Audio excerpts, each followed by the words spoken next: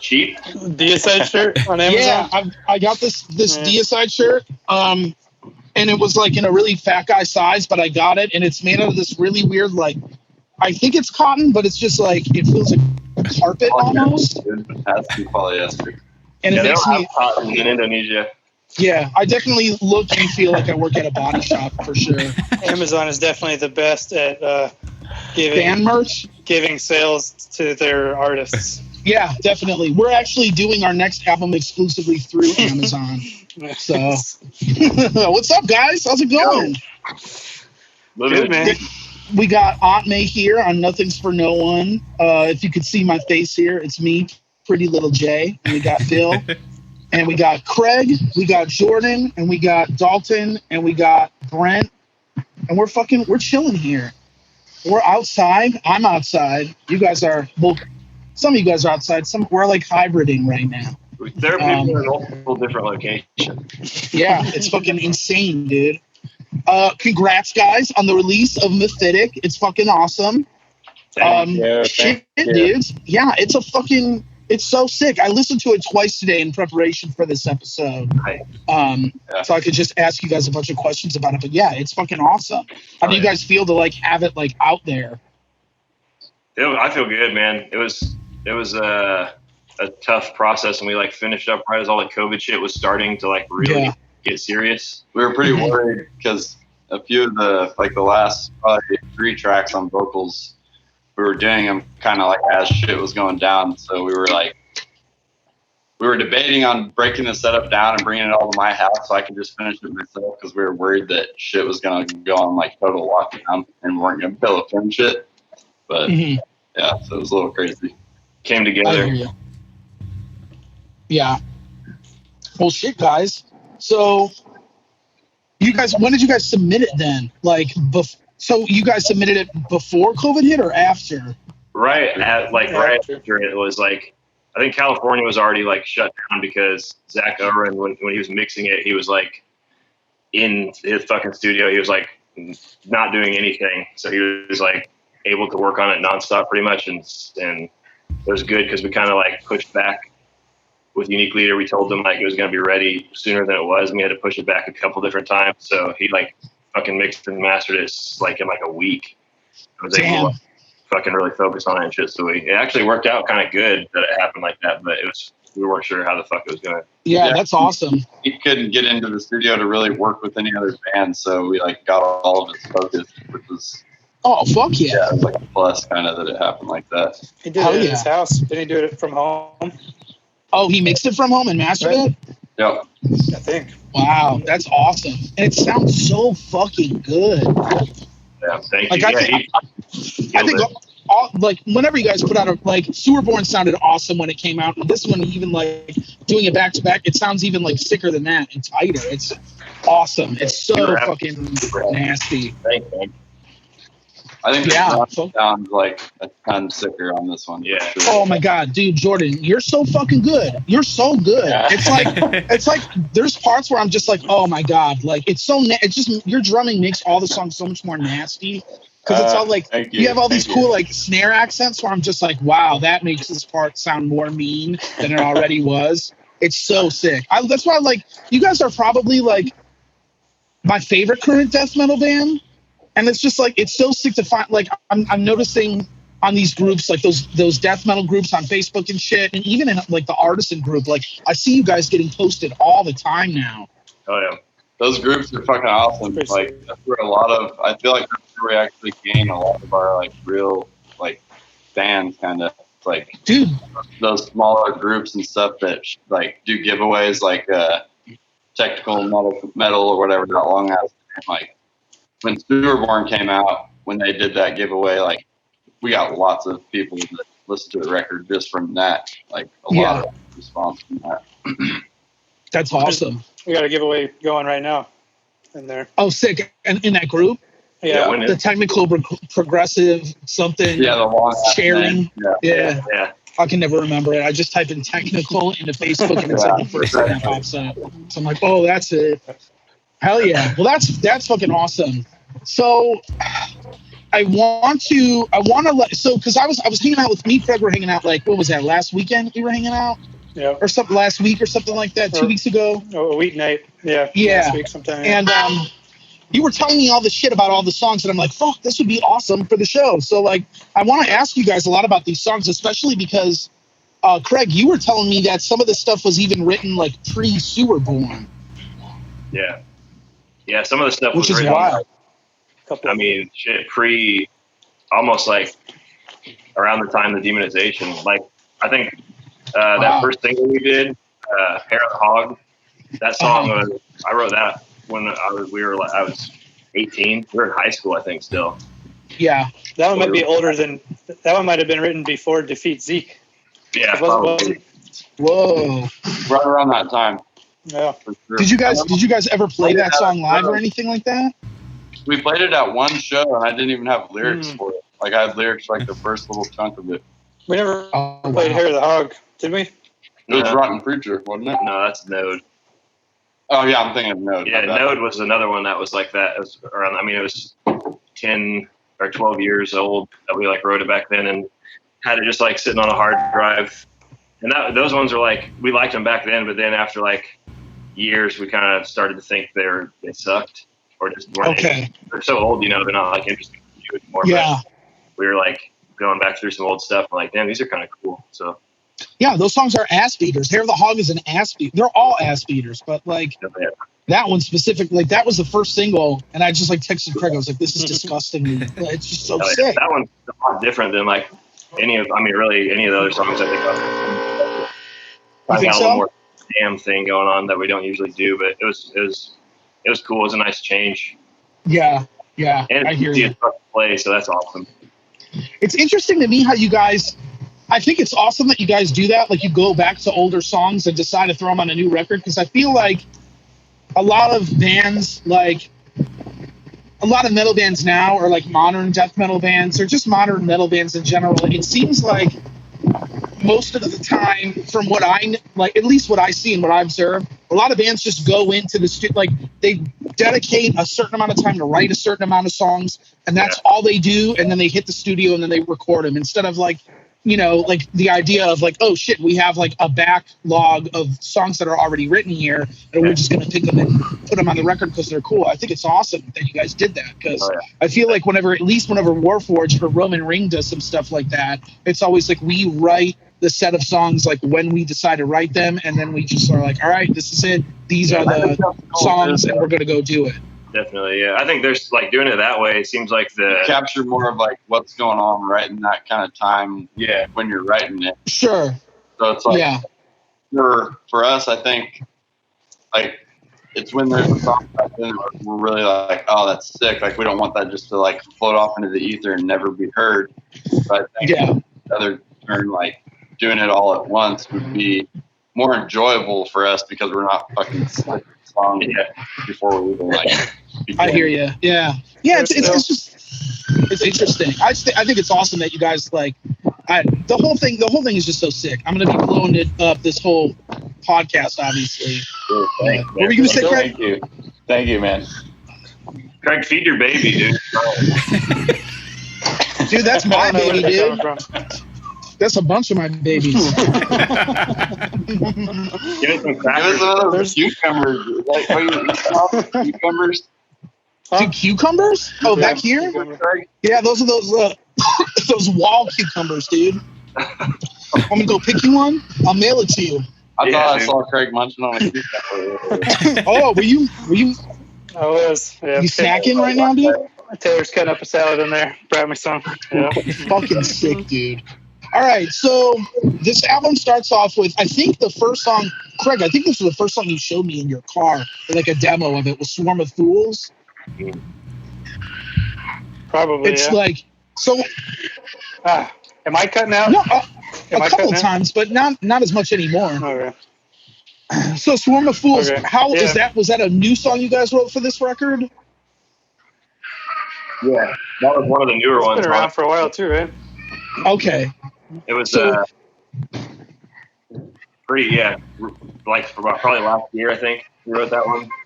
Okay. That was one of the ones that hard for me to remember.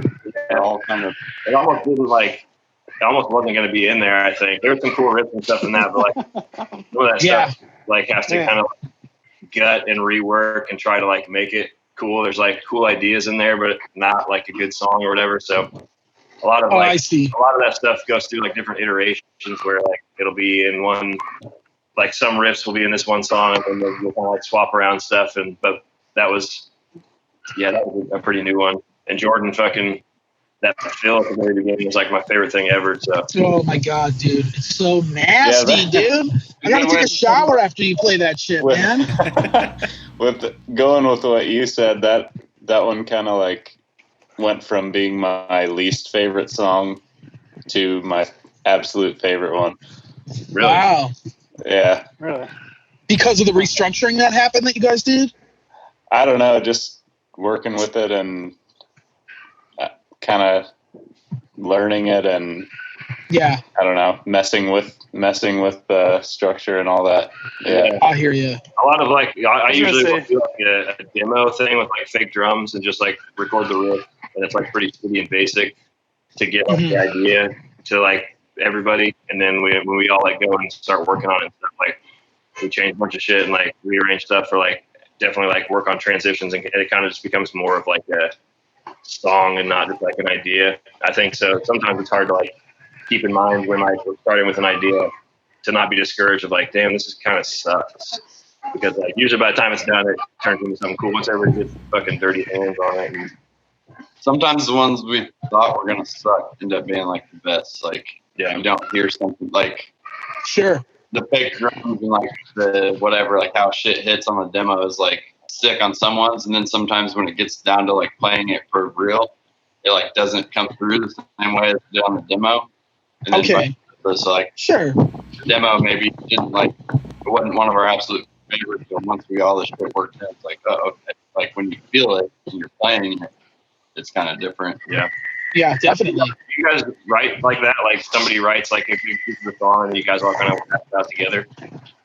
Well, with Warforged, it's kind of like Adrian will send some ideas or somebody will send some ideas, and like we'll work it out. Like usually we work it out in like Guitar Pro or something like that first, and then we'll jam it. And then sometimes usually about 95% of the time we end up doing like real changes to it in person or trying a bunch of different ideas to see what works. And with Roman Ring, it's kind of like it's always like different. It's like we just like show up in the room, like our jam spot, and we try a bunch of new ideas, or like we'll have a day where we just write a bunch of new riffs together, or like me and Bill have had days where we just come up with like a song, the two of us together. And then sometimes it's like somebody else will come in and then they'll be like, oh, I have an idea for that, and then we'll change something around with it. That's usually how it goes. It's like it starts with us collaborating on it, but then we just keep changing it up. Yeah. Do you find when you guys jam them out like that, like, is it more fun? Do those tracks turn out any better, or is it really any different, or is it like?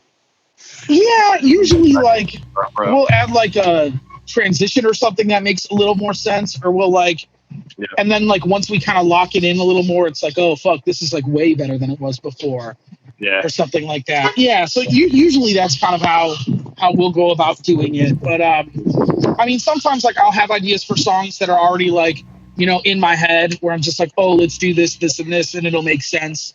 Other times I'll have that idea, and then somebody else has like a much better idea than me. And I'm like, oh, that's like actually makes a lot more sense. Is a lot cooler. Jordan and I used to do. That's how we just like jam together a bunch, and like stuff would kind of come together. But it's so. I don't know. It seems so much harder to do that now than it used to be. Like to have an idea, or to like get an idea on the spot versus like showing up with something like ready to like work on. For sure. It seems hard to be productive that way, but I think like when you get something out of that, it always seems like it's a cooler thing than like if it just came from one guy's head. Yeah, definitely. Yeah, I mean I think collaborating is important. Yeah. And I mean, you guys. I mean, this has to be like, I think the most. It sounds like the most refined version of Ahtme on this record, to me at least. Yeah, like, thank you. At least the concentration of it all. Yeah, I think it was the last record was like kind of a like soul crushing process for me, at least. It was like it took so long. We like had to retrack guitars completely. Like because I just like I remember that. Yeah, it was like such a bitch, and it took. I mean, we worked on it for like almost years. By the end of recording Sewerborn, we were all ready to fucking just it was bad. Done. So fucking out.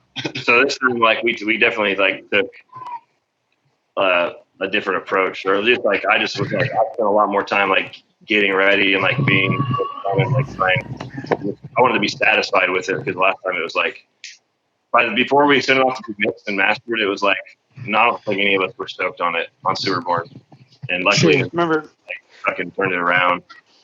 And for me, Sewerborn, we did a lot of the guitar tracking when we redid it. We redid it at my place. Yeah. So like he had to come over. My fiance was cool with it, but you know what I mean? Just like the tension of like him having to come over just to work on this shit. Right. This time around, Dalton had his own like studio all set up to where it was like in his own house. He could do it when he needed to. Yeah. And, like, oh hell yeah! Like, and we did drums at the studio and everything else we did ourselves. So it's like wow, that's awesome. And it sounds incredible. That's crazy. Yeah, that's so wild. Like, I mean, think about like how so many bands can do shit like that now, and it saves so much fucking money. Right. Yeah. And it's just really, like how can the equipment we used is like a $200 interface. I mean, my computer's like nice and I have like nice gear, but like the shit that was essential is like a $200 used like interface and like pretty little know-how of like what exactly I was doing to fucking, I mean, just to try to make it work, and then hand it off to a guy that you have to pay that knows like fucking how to make it sound good and trust it, if you will. For me, recording Sewerborn, I had to travel to Kansas City and record it there with everyone. So it was like super rushed, try to cram it all in a weekend, and turned out to have a bunch of parts that I was not happy with. So while visiting again, tried to squeeze in the time to touch up a few parts, but overall definitely wasn't stoked on that. So this time for me, recorded this here in Chicago at my place, but borrowed like a DI from Paul. Oh, fuck yeah. And ordered an interface. I think he works at Zounds. Yeah, he does with me, dude. Yeah, so he kind of helped me get initially set up. So I spent a few days dialing in a tone and shit. And I mean, I'm not like good at that stuff either, but it worked out. And it's way nicer being able to do it on my own. I thought Craig's mix was so fucking good. For sure. Honestly, oh my god, you hear it everywhere too. I love the bass mix on this record too, because it's so like, oh shit, it sounds like there's a bass player here, and not like you're not just doing the same shit the guitar is doing the whole time. And it's kind of awesome. The way like we did, because Craig is like not in Kansas City often, so we would like jam stuff. I'll like write the tabs out or whatever to send to him to like learn the songs. He like for half the songs probably he would like record his parts over like the demo track to like send to us to like show what he was going to play. And like there was a lot of stuff where we were just kind of like shitty. We were like, nah, you should change that. He did like so much extra work just to like please us that I wouldn't have done. If you guys were like, I don't like that, too bad. Yeah, that's so funny. I ended up not wanting to get hung up song by song going back with fixes, so I just ended up like doing a whole song, sending it to him, starting the next one, and like by the end, I had a list of shit from all the songs to go back over. Wow. We were like, I don't know, man. Let's just fucking finish this shit. Yeah. But he did it pretty quick too. Like, I mean, it was a couple of weeks. Is that all it took you to track everything? Yeah, I think it was all done, like finalized in about a month or so. Like, and that's just doing it in the evenings after work and whatever. Yeah, and that's like writing parts too and recording, because like there's a couple songs like that you never played with us that are on the record. Well, I had already written and recorded demo parts for each song before going through again and doing the final versions, but hadn't actually played them with you guys or anything. Yeah. Oh yeah. So what is Swarm of Fools lyrically? What is Swarm of Fools about, Brent? Who are the fools? Is it me? I don't write a majority of the lyrics. I write quite a few, but Dalton has, Oh, I never knew. Maybe I knew that. I didn't know that. So it's like, damn, dude. Usually, so blame Dalton. It's pretty collaborative. Like he'll come up with stuff. He's the mastermind. But Swarm of Fools, I wrote a lot on that. Yeah. We like on Sewerborn, the stuff was all written before we went to record it. On this one, I was like somewhat not quite as prepared as I should have been, but on the other hand, too, I had in my head like it would be cool to like kind of let stuff like come in and not have a lot of time to like shut it down. Kind of just go how I was feeling. And so like Swarm of Fools, I think we finished that the day before I tracked it. Yeah. And it was while the pandemic shit was going on, and it's kind of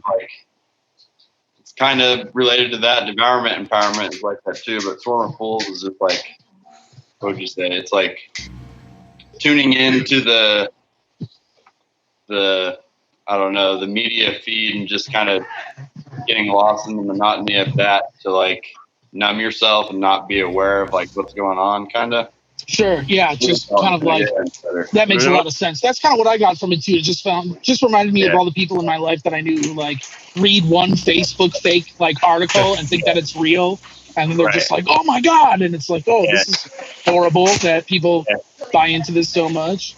I think mostly like we try like we're not like political or anything. We don't have like I don't feel like we have like we're not like preach to people to like. This is, you know, That's funny though. You know what? It reminds me of like when my mom sends me some like weird ass article on Facebook, and I'm like, where the fuck did you find this? And then I think about the fact that like 15 years ago, when like we first got internet, and my mom was just like, don't ever trust anybody on the internet. And then it's like now it's like all these people that are like our parents' age. It's like they believe anything that they see online. I'm just like, how the fuck? Where was that shift that happened there? Right. It's so funny. Yeah, but that song is a ripper, dude. Hell yeah, thanks, Brent. Man. I think your vocals on this record specifically are the best you've done yet. Like all the parts of it, the performance is awesome, dude. I appreciate that. Yeah. Like, I'm ready for first. So I'm super stoked to record the next album because like I said, I'm in my own view of it. Like I know it sounds good and everything, but like. I feel like I could have been a little bit more prepared. Like I had some shit going on where I wasn't as prepared as I was like to be. So it's kind of like one of those things where it's a good thing for me though, because like I'm ready to fucking kill it even harder on the next record. I'm not mad about what I did, but I'm definitely like there's unfinished business where I'm like ready to fucking go at it on the next. Nice. Well, shit, dude. I already think it sounds awesome, but I'm excited to hear what you'll do again, man. Oh yeah. So did you notice that like the one high, like vocal high on the whole album is at the very beginning of Swarm? Yeah, you showed me. You're like, that's the only high on the record. And I was like, oh, I guess I never really realized that. It's layered too, so it's like not super up front. Yeah. That's so funny. Did you do that intentionally? Like no highs on the record? Like, fucking around kind of, because that's one thing I wish I had a little more range on the record. Like, I wish that, like, I feel like I could have had a little bit more dynamics, but I'm glad we threw that high in there because I was like, hey, let's see how this sounds. I don't normally do that sound at all. I'm really glad to see. Yeah. It sounds cool. To start the record. It's just like... It wasn't intended to be the start of the record either because we didn't have a track list in mind. Just kind of reorganized stuff last second. And then really? Okay, interesting. Yeah, that's so crazy how that happens. We're never fucking prepared or on the ball. It always like is like, well, we have to figure this out right now, so let's just do it. Oh, really? That's pretty much how the decision making goes. The track list for the album was almost like literally a random assorted order that Dalton emailed them, and they thought it was the final track list, and like So it wasn't until like literally the day we submitted the last second, like, shit, actually we're gonna switch up the track list really quick. We're probably not super cool to work with for Unique Leader, like just trying to like for them to be organized with everything and like trying to keep on top because they have a huge roster and like their release schedule is like so far in advance and like they were super patient with us. We did a lot of like that's awesome. I was telling them we were going to be ready, and then like, well, actually, it'll be another 2 weeks, and then like, they're definitely pretty understanding with all that. Yeah, they seem to be one of the only labels I've noticed, at least like primarily death metal labels, that's still like they've been on their shit this whole time. Like it feels like they haven't had any hiccups. Like they still have a shit ton of stuff coming out like for the rest of this year. Yeah, that's awesome. I think this was out clear through like 2021. I think they said it's like There was Maddie Way and Jamie did like a live night the other day, and I'm pretty sure they said clear out through 2021. Their release schedule. Yeah. All. Wow. Zach Oren was pretty patient with us too. Yeah, that's cool. Yeah, that's awesome. Yeah, it's at the end, I think it's a little bit. We might have tested it a little bit. What do you say? Yeah. So the next song, "Putrid Perforation," is it might be my favorite. It might be my favorite, but it's so fucking nasty. For me, it kind of changes for me, but it's definitely up there. Like, yeah. The structure is just awesome. Like, it beats your ass at the beginning, and then there's that whole like groove ass section.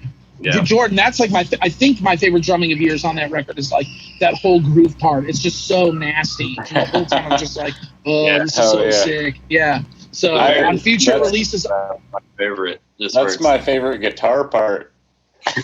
Really? Yeah. Yeah, it's dope. There's some really cool shit that you guys do on this record, like that, like adds so much more groove to it. That's so fucking. It's like zesty, you know? Yeah, I've seen some people saying that it's like not as groovy as Superborn. I felt like it was the opposite. Like, I don't know. I mean, I feel like some of the songs are like, or at least the guitar parts are sort of more like rudimentary. But I don't know. I feel like it's still got.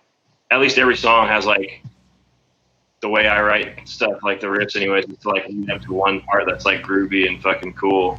That's kind of what it's built around. And I feel like every song at least has like that one section. Yeah.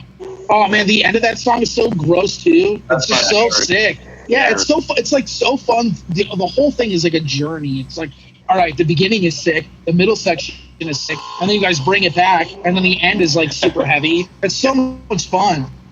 That song, I'm trying to like go off of like I'm going off the dome here because I read all the lyrics, but like so I can't tell if the song is about fucking someone or like. or what's really going on, because there's definitely some penis euphemisms going on and like earwax euphemisms going on. So like the name of that one was actually inspired like I was in like 6th grade or something like that, and I busted my eardrum real bad, perforated my eardrum. Oh. But we like kind of in the band group thread, whatever, you talk shit and all that shit. And, we were just, just talking shit about like people you see post online that are like holier than thou, and they have the fucking answer, and they have like this is what it is, and this is how it is, and that like seeing that perforates my eardrums, like it just like fucking makes you sick, Yeah, dude. Where a plethora of wax resides, dude.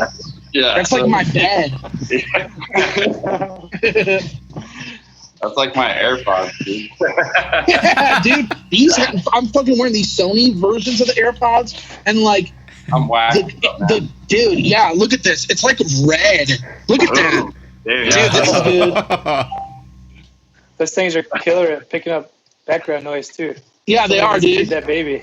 Well, we got the baby going on. We got some of the drums. So check this out, guys. You see this? Hold on.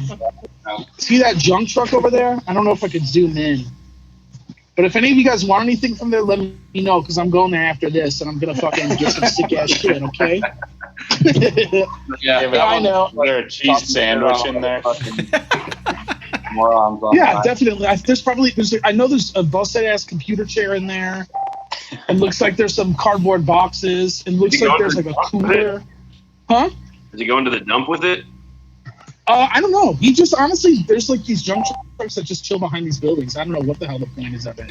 But you know what? I'm gonna try and eliminate some of this noise by going inside. Yeah, dude. No, I can't even hear you guys though. Look at the light changes. Where do you get? Now we're not gonna know if that. Where do I get head in my house? Yeah, your number one spot. Where am I getting head? Oh, dude, nowhere. Dude, check out this sick Ahtme glitter beanie, dude. Oh, is it glittery? Yeah, have you guys seen this yet? No. It's like a silver like threading. Damn. It's sick. Yeah, it's awesome. I think you guys did a killer job. Thanks, man. Yeah, we Hell yeah. all that stuff. Yeah, I pre-ordered the big ass one. We had the flag hanging up at our practice spot. Nice. Yeah, we haven't seen any of them yet, man. I got the collector's bundle, but I didn't open anything. I just like opened the box and looked, and was like, yeah. And that was it. Put it up in the closet. Put it in the closet. Why? Yeah. It stays in the closet forever. Yeah, none of them even have a CD, man. Yeah. Really? Yeah. Dude. No, we were like stupid and didn't record, like, get the pre-order, and with like nobody playing shows and shit, I don't know like what the deal is with what kind of like merch they're shipping out and stuff. So we didn't want to put in a big merch order and then like fucking not play a show for 2 years and have that makes sense. We have boxes of shit from already sitting in like my garage, and there are t-shirts and shit from the last record cycle that's like not going anywhere as it is. So. I hear you. Well, shit. It looks good. Like all the packaging and shit looks awesome. The vinyl looks awesome too. Oh, yeah. It's like, I'm surprised. Craig, I'm surprised that you got all your shit and you put it away. Like the minute I got our album stuff in the mail, I like opened it all up and I was like, I have to see it all. I'm gonna order another vinyl to open and like be able to spin. Oh, nice. I'm gonna bury that thing. Yeah, the other one, that's keepsake. That just stays in the closet. Hell yeah! You can there you sell go. it in 20 years for $40,000. Yeah, dude. Yeah, I'll buy it too. Yeah. I'll buy it too for $40,000. Credit. So next we got on this record, we have Node, and this song's really sick. I mean, they're all really sick, but I really like this one too. This was one of the ones I think I heard for the first time when I heard the record for the first time. Oh yeah. So. When you guys are like writing these songs, do you have any do you have any preconceived notions of like any types of songs that you guys want to write when you're doing these, or is it just kind of like the riffs happen and you put them together and there they go? Just depends. Like sometimes I'll sit down, like at least from like the guitar standpoint, like sometimes I'll be inspired and like sit down like with an intention of like I want to do like this type of sound or whatever, but.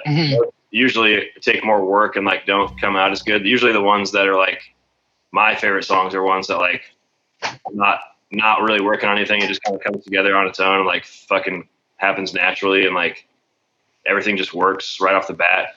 Like Devourment, Empowerment, the last song, one that like came together right at the very end. I think same with the vocals on that one. That song is probably might be my favorite track. Second favorite, probably. Yeah. Nice. The Node was that was another one that was I think right after we recorded the Demonization, we came back and that was something that I recorded like at Brent's house on his old laptop when we were like 18 or 19. And wow, really? One of the things like I was like that's learning the one we played live drums. once with no lyrics. Yeah. Oh wow, okay. I was listening to a lot of Spawn of Possession back then, so I'm sure that was a big influence on on that song. Yeah, that's awesome. Yeah, it also sounds like the lyrics on that song are very like it's not. So when I read them, I was like, it sounds like some dude that's like a tumor in a brain that's fucking other people to spread tumors. Am I right? Dude, hell yeah! Fucking nailed it. Fucking only other men, male tumor that really takes over the guy's body and then fucks other men's asses to implant other tumors to spread around. Nice. Yeah. Well, that's interesting. So what makes it like guys only? Just because you were feeling it? I think the line is like something deep within the colon. That's basically the only way that it says it in there. But in my head, anyway, I was thinking it was only. You heard it here first, guys.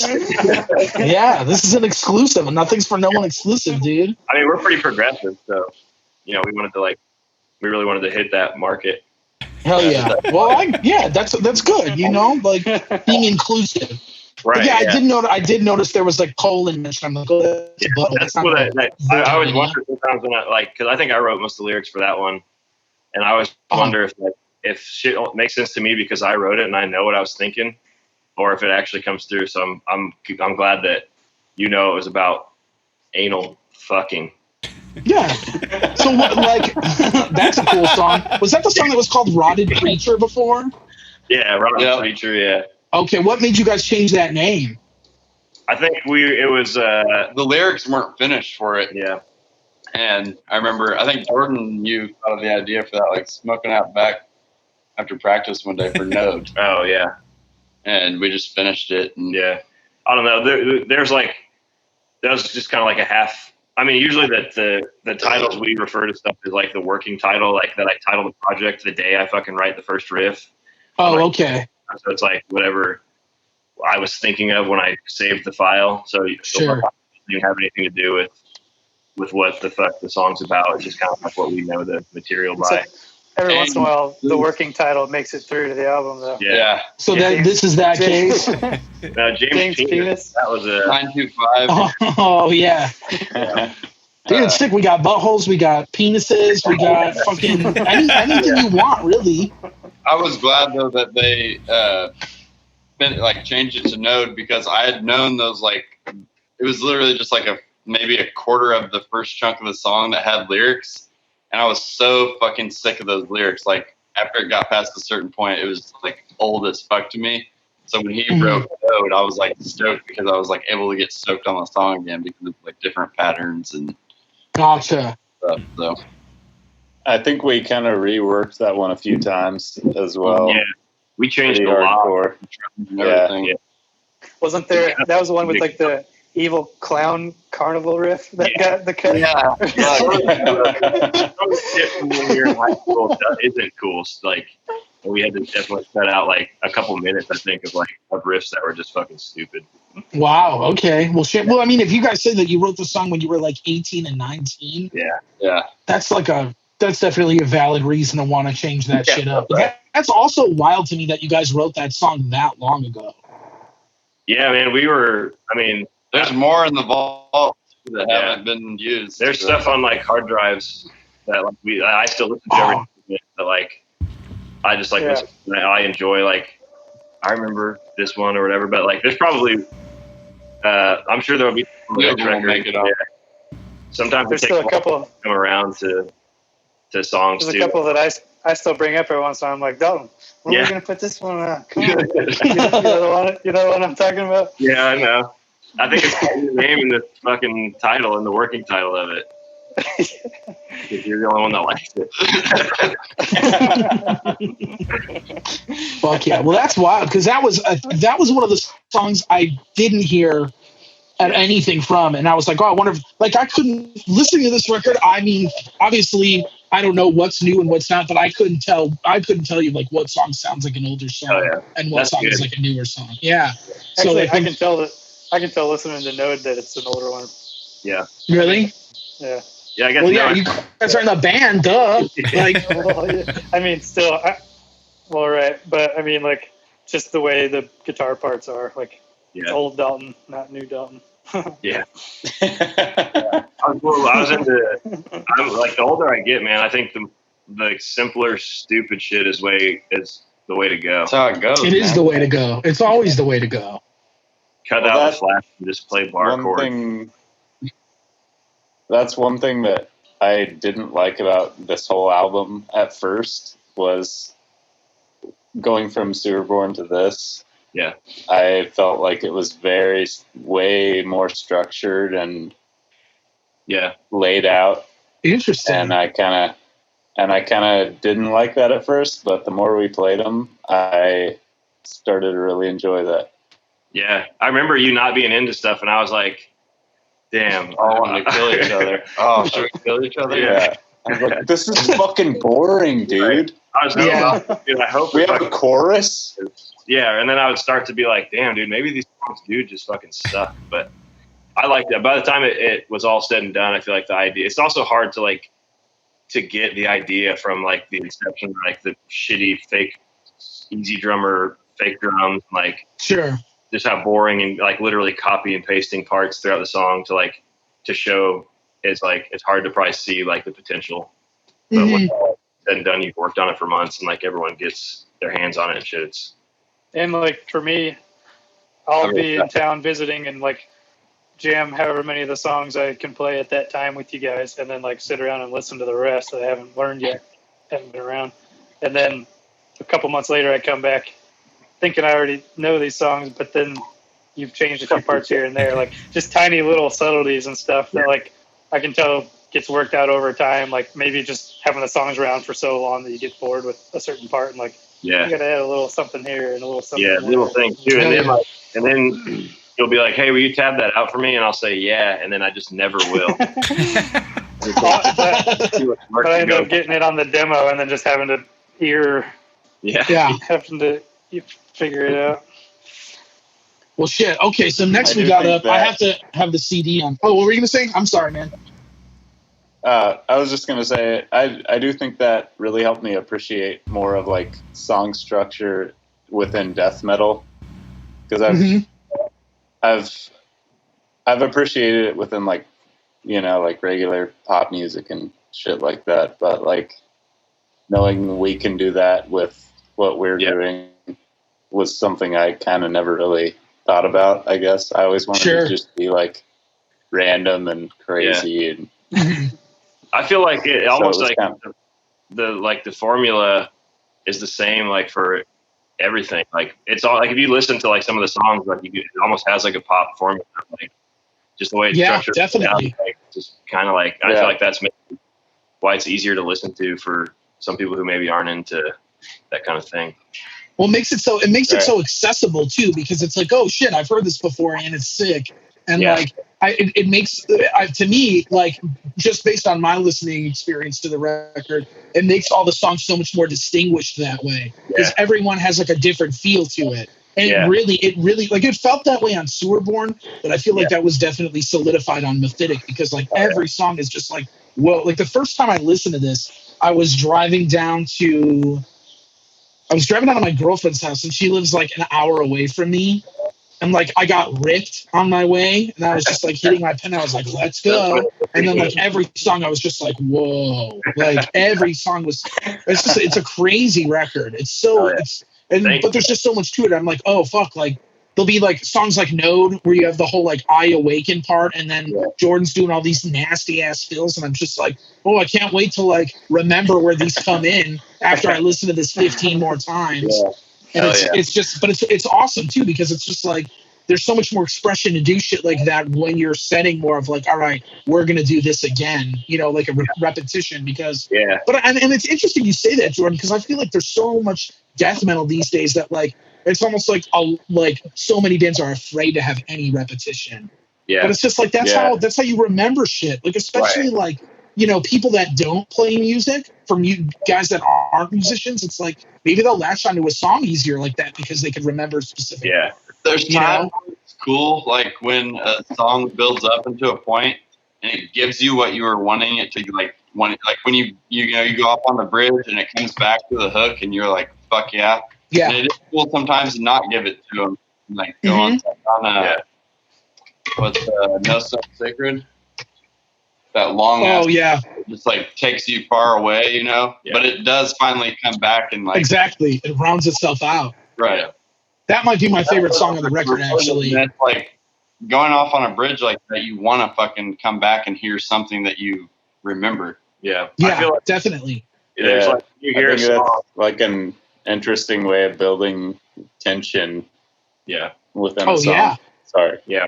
We're fucking musical scientists, dude. We know all. Dude, you guys have like music degrees and shit. Not me. No. Or me. Or me. Just hit shit.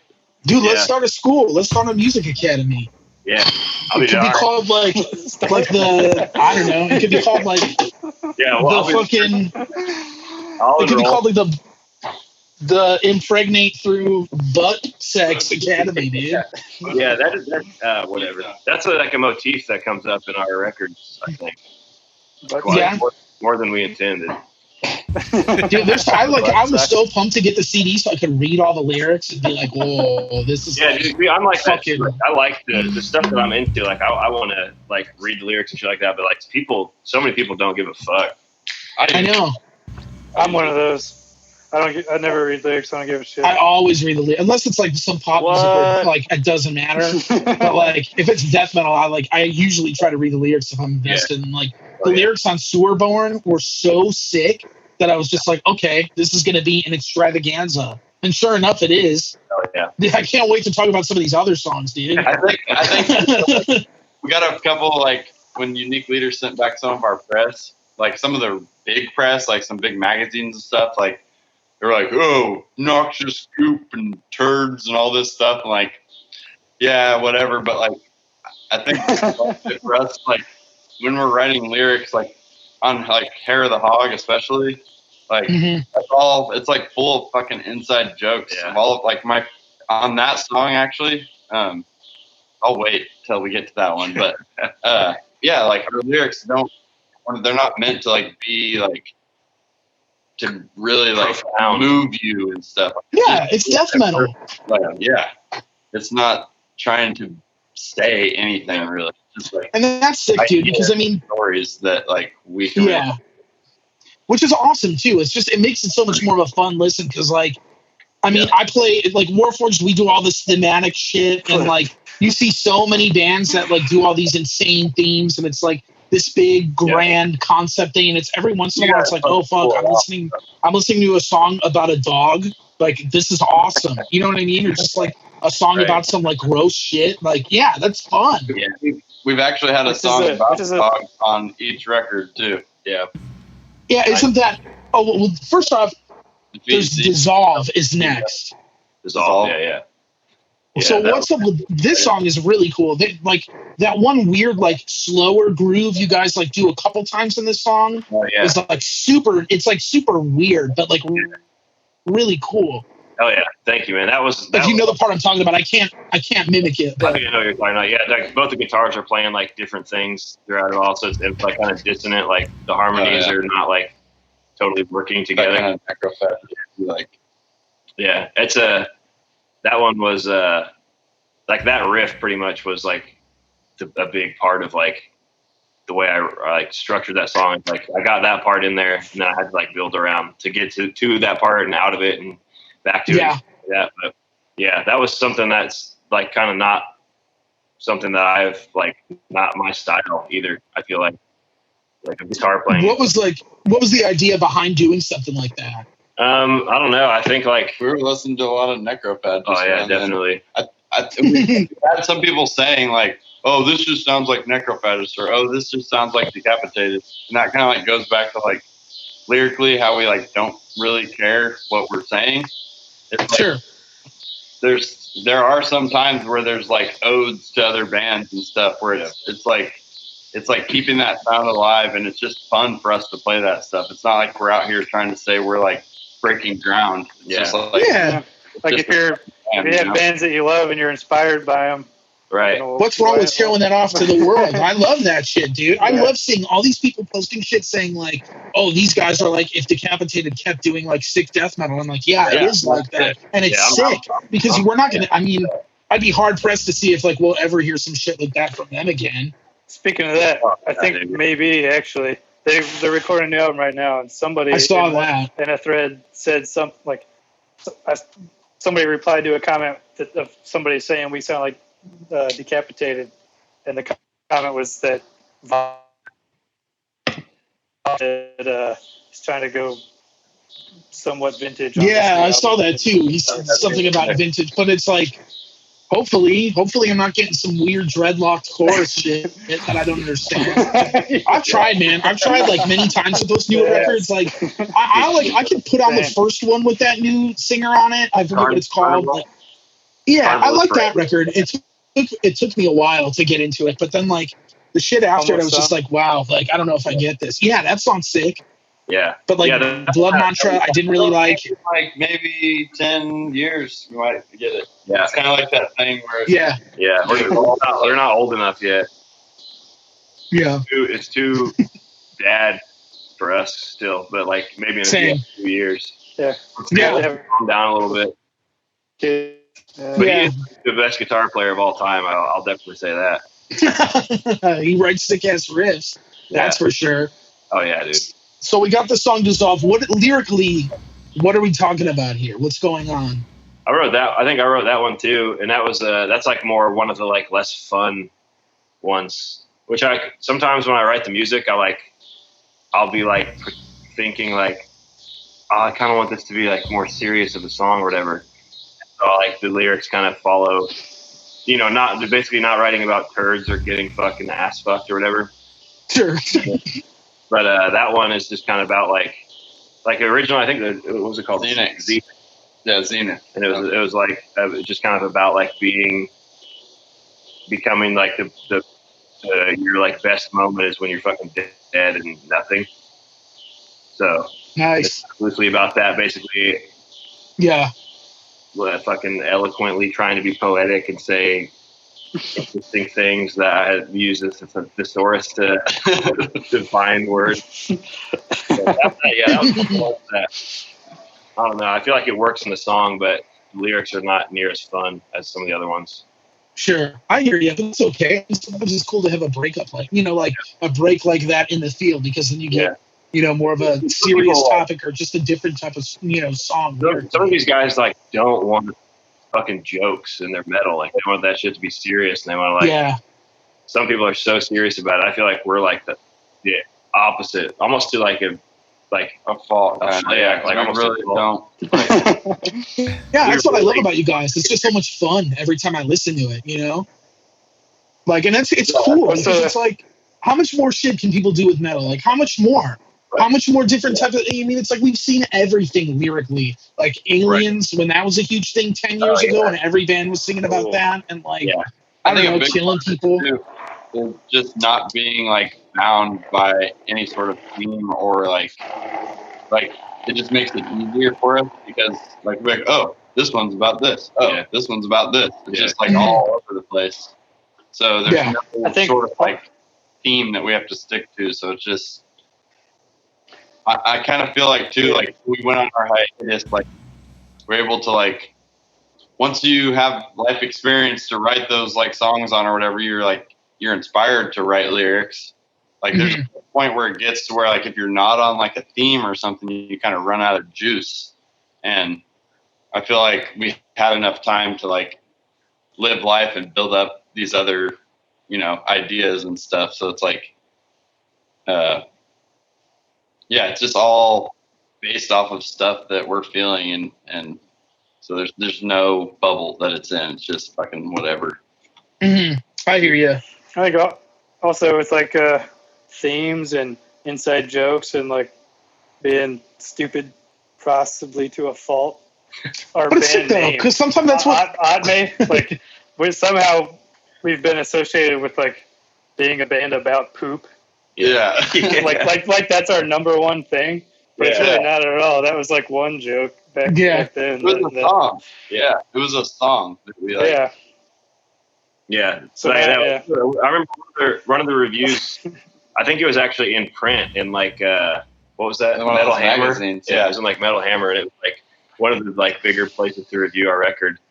And it was like not a good review. He did not like it, and that was one of the things he said is like that our lyrics were all about farts and shit and stuff. And it's like, did you even? Because there's not. You read the first song, okay? Right. There's not like. Yeah, he cherry picked the one lyric that matched the poop. Right. Yeah. Demographic for our lyrics. Yeah. Cherry picking the poop, man. What an asshole. It's so funny though. But it's sick. It's like nobody's doing shit like that. It's like every metal band, like death metal band, wants to be like serious ass shit. And it's like, oh, now you guys are literally singing about shit. And it's like, so I do that. That's like half the reason why I love your band so much. Oh yeah, well you're like clientele we were looking for. Yeah, dude. Well, all of us, like we're always just like everybody in Warforged and Roman Ring, we're always just like, man, this band is so much fun. Like you guys sound like you're having fun, and it's like important, Yeah. Especially because it's like we're at this point where it's like it's really, few and far between where any death metal band's going to change the wheel, reinvent the wheel. Yeah. And what's wrong with writing some shit? And speaking of which, the next song. Care of the Hog. I'm guessing that's another dog song. Yeah. Hell yeah. And this was the first single for the record. Yeah. Hell yeah. That one's about Nyla, my 115-pound husky lab. Who's just a fucking food monster, just straight hoss. Yeah, dude. The fun part about that one is Dalton had written a little bit of it, and then I wrote like a big chunk of it, and I was kind of like, like I was being too literal with it because she's my dog. So I was just like going about it in a weird way. So I like made a group text with all my friends that I've grown up with for years. I was like, give me your best one-liner about Nyla. And so like I had all my friends and they would just send me one-liners about Nyla. And then that's kind of how that song got built. So like, that's awesome. Like 5 different lines in that song that are written by my buddies, like where like just there was one old saying like when me and Corbin's brother lived together, Corbin's dog Keisha, her and Nyla had like the worst fucking fish breath, and that's where that line the breath of the angel comes from. Yeah. Baker one night was all fucked up and Keisha was breathing in his face and he kept going, the breath of the death of the angel. Like, so like, that's sick. And what's cool about that is like, some people might hear that and they're like, what the fuck is the breath of the death of the angel? But to me and to us, like years down the road, we can listen to that and be like, remember that night and remember, like, remember that shit. Dude, like, stupid. Isn't that song have a line about pleasure and pain? Yeah, it's actually spelled. It's actually spelled PLAYSURE. like the lyric video spells it. Yeah, there's a lot of weird little shit like that like nobody would. Pleasure. That's another inside joke. Pleasure. What is that? It's just like, I don't even remember. It was on tour. Just like fucking drunk and tired and saying something stupid and laughing about it. That's the best shit, dude. That's the best shit. That's so funny. Dude, the death of the breath of the death of the angel. Is that it? Yeah, the breath of the death of the angel. Yes. It's dope. It makes sense though, you know? I don't know about that. But Yeah, it does, dude. It totally does. If you really think about it. Yeah, the death of the breath of the angel. The breath of the breath of the death of the angel. Yeah. Yeah, it's just probably bad breath. Yeah. That's what I would think. Sick. So I remember when I shared it, like I first shared it to like my like the Warforged Facebook page, like the day the single came out. And like the thumbnail was noxious goop intensifies, and I was like, "Oh, that's what fucked us on that review." I think too is like, no, that was written in that Metal Hammer review. It was like noxious goop and all this stuff. Like when that song was written about fucking Nyla's bad breath and her being a fatty, like it's just like, dude, that's so lame that like a website like a magazine like Metal Hammer is gonna dog you on that too. I mean, I think it's funny. funny, Guys. The joke's on them because that guy had to fucking write a review on our album. So. Yeah, dude. All they do is like write about like Trivium and shit. It's like who fucking what? Like, it's so stupid. It's also goofy that was the one song that we've ever done a lyric video for. Just because we were like lazy and didn't get around to making a video because of COVID and stuff. So it was like, sure, lyric video for this one. Yeah, it's like dumbest fucking lyrics that don't make sense to anybody. Yeah. I had a feeling it was about a dog the first time I read it, but there was definitely some shit where it was just like, I don't know what's going on. Yeah. But it's sick. Yeah, hell yeah, thank you, man. Yeah, dude, that's another ass beater. So that one's an older song too, right? Yeah, that one's about just as old as Node. It's probably those are probably the oldest ones like we have left at this point. Like anything else will be newer. But there's like unless we pick that one. And I totally skipped. I forgot Dent, which is the fifth song. That song's really cool too. That Brent, that's like my favorite vocal shit you do in that track. See, that's my least favorite. That's my very least favorite what? track. Really? For sure. Dent? Really? Yep. Dent is? Yeah, all right, confess. I begged Dalton to let me re-record that one. It was just like vocal wise, that's your least favorite vocal wise. Why? What's wrong with it? I don't know. We recorded it. I think it was like the first or second track that I recorded. So like I had kind of felt that once I had come around and finished the other tracks, like I really felt like I could do it a lot better. Okay. So wanting to come back and do it, but we were just out of time and Dalton would have slit my throat if I would have made him re-record me. Yeah, that's so funny. I love it. I just love the delivery on that song. That one and Dissolve. Those two I wanted to redo really bad.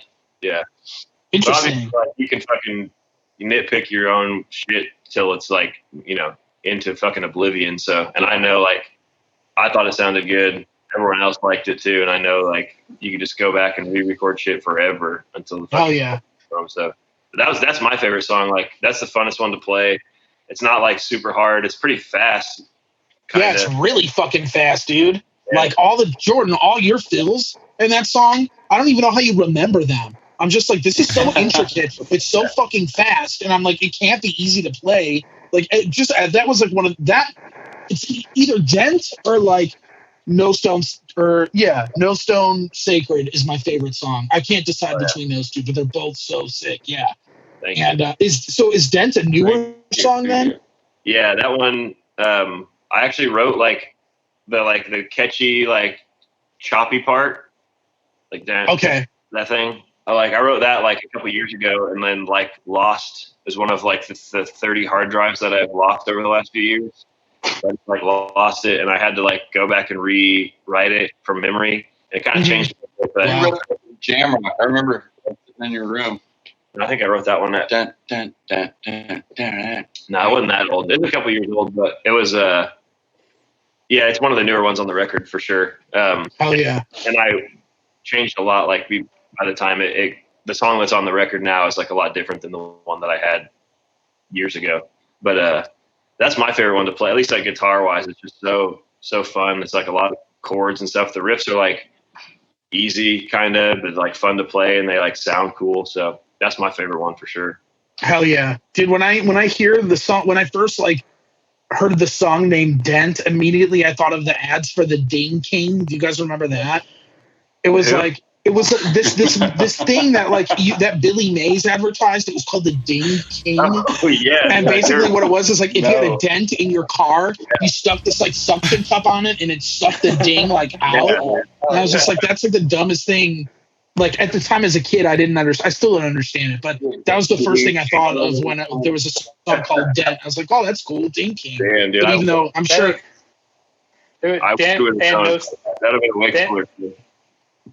Dent and No Stone Sacred, your favorite two, are definitely the two that had the most back and forth on bass parts. Really? Me really wanting to do certain things, and everyone else being no. Right there. That's so funny. Right choice on the bass line.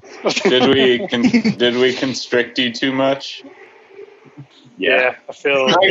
Craig was I wasn't able to express myself. That's not those songs aren't the real me. They're not the real you, dude. Craig was trying to feel it down, man. Yeah. Some of it's just hard to find a balance between who should be the focal point of which part. Sure. Yeah, and because you guys are all insanely sick musicians, and it's just every song is an ass beater. Every song, everything that's going on is just fuck. If I want to stay awake, I'll put on this album. If I'm driving really late or something like that. So what is Dent about? It's not about the Ding King, I'm sure. No, I wish I would have known about that. References. Yeah. I think that one is about. Yes, actually, it is. Next song, please. Yep. About it's kind of no, just kidding. Yeah, it's kind of about leaving. I don't know how unimportant people are, or how fucking small we all are. I guess that was another one that I wrote, because it was my favorite musically. I wanted to take it serious. Okay, so more of a serious song. Yeah, I guess so. But now that after it's all said and done, when I go back and read lyrics like that, I'm just embarrassed that I don't want people to think we fucking have something. It was originally called Null, wasn't it? Yeah, yeah. Null. Kind of just that Dina thing, just nothing. It's the existing dead, pretty much, just existing freely. Kind of that. It was originally called Chop Chord. Yeah. And then Chop Chord. Chop Chord sick.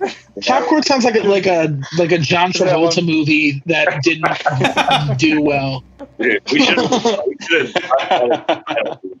That's perfect. I still have to remember the real names of songs because I had so many years of like writing all these songs, trying to remember which one's which, like Chop Chord. Yeah, dude, my prideful eyeball leaks left with dent. Yeah. What does that even mean? Is it A? Left with dent? Left with a dent. Does it say left with a dent or left with dent? It says left with dent in the lyric booklet here. Well, it should be left with a dent. Left with a dent. It's just like about your third eye leaking out and shriveling up, and just that actually comes back to another inside joke. Our buddy Zach, we went on this float trip, and he got like so fucking sunburnt, and he had these like he would just push on his head, and there would just be like this circle fucking dent. Like his head swelled up, like his whole scalp swelled up with pus inside of it.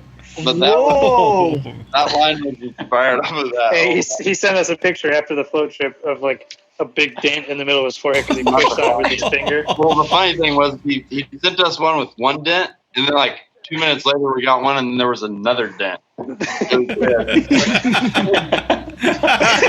That's so sick. Dude, you guys should do for your next record, instead of like a lyric video, you guys should do like a cyst extraction video over a song. That would be so sick. Or like a pimple, like a blackhead compilation video, dude. Actually genius. I hate that shit. I love that shit. Oh, is that it?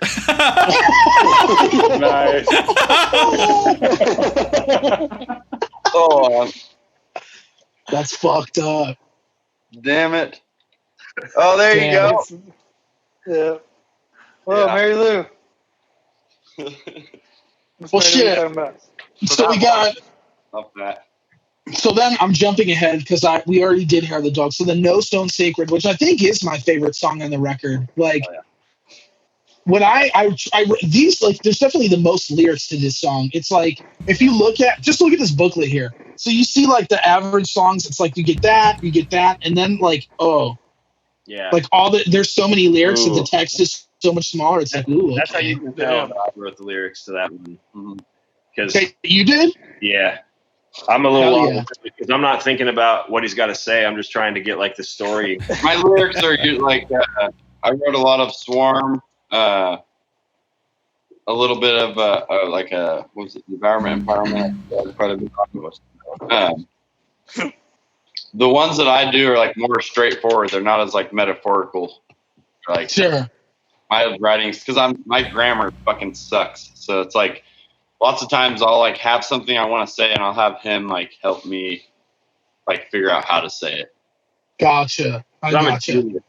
Lyrical. So this song, what I gathered from it sounds like it's about a guy who just like uses graves as a bathroom, like he shits and pees in them. Yeah. And then it sounds like there's a guy that catches him doing it and follows him and then kills him for doing it. Damn, dude, I'm glad that comes through. Yeah, that's pretty much what it is. That one's just kind of like his little story. Bill, how many cats you got? I have 3.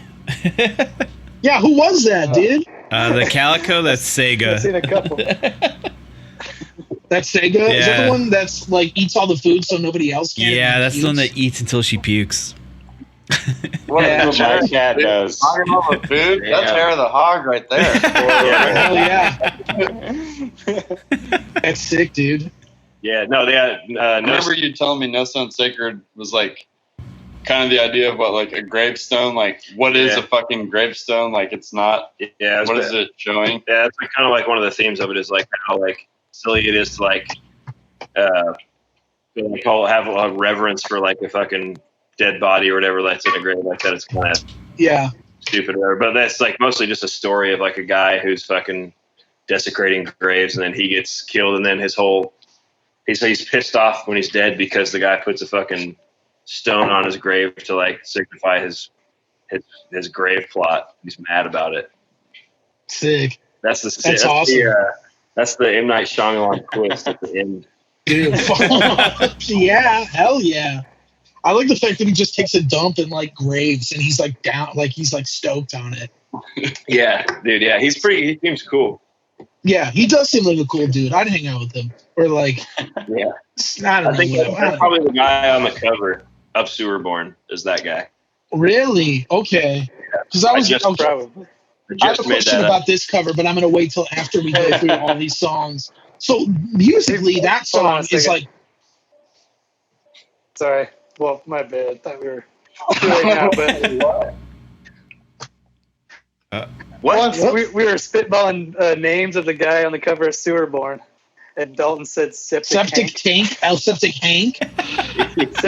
Dude, that'd be a sick mascot for you guys. Yeah. Septic Hank, dude. So No Stone Sacred, that song, like musically, I love this song. I think it's my favorite just because of how fucking wild it is. Oh, yeah. Thank you. Yeah, that was like one of the first songs that I wrote like with in mind, like for this, like after Sewerborn in mind, like for the new record. And it's kind of like a little different, I don't know, a little bit like more melodic or whatever, kind of. It's just not like there's a little more melody to it. It's kind of something different than our other stuff. But drag her out that door. Sorry, my dog's freaking out. It's all good. We need to summon Sheba real quick. Yeah, it's hell yeah. Let's see Sheba. Where's Sheba? She wouldn't go out. He's got to carry her. Yeah, that one. I don't know what I was thinking of. It was kind of different. I think I was listening to like Inferi a lot and shit back then. It's just kind of nice. Also, that one like I was really into, and then I like since it's the oldest one, like we learned that one first before all the other ones. Oh, okay. Was that the first song written for the record or chosen for the record? Yeah, pretty much. Nice. And that's the first one like learned, and it's it feels like an old one. Yeah, it feels like an old one to me, but it's actually a newer one, just the first one we actually learned and played. Gotcha. Hell yeah. Well, it's an awesome one for sure. It's definitely like beefy as fuck. And I'm kind of surprised that like it's like people pick it as a favorite. It's cool. It's cool. It's got a lot to it, and it just goes in so many different places. I enjoy it. I mean, it kept like every time there was like a new part, I was just like, oh fuck, this is gross, and like all the fucking Brent's vocals on that song are also awesome as fuck. Yeah, it's just super cool. I think that's his favorite vocal part on the album is in that song. Hell yeah.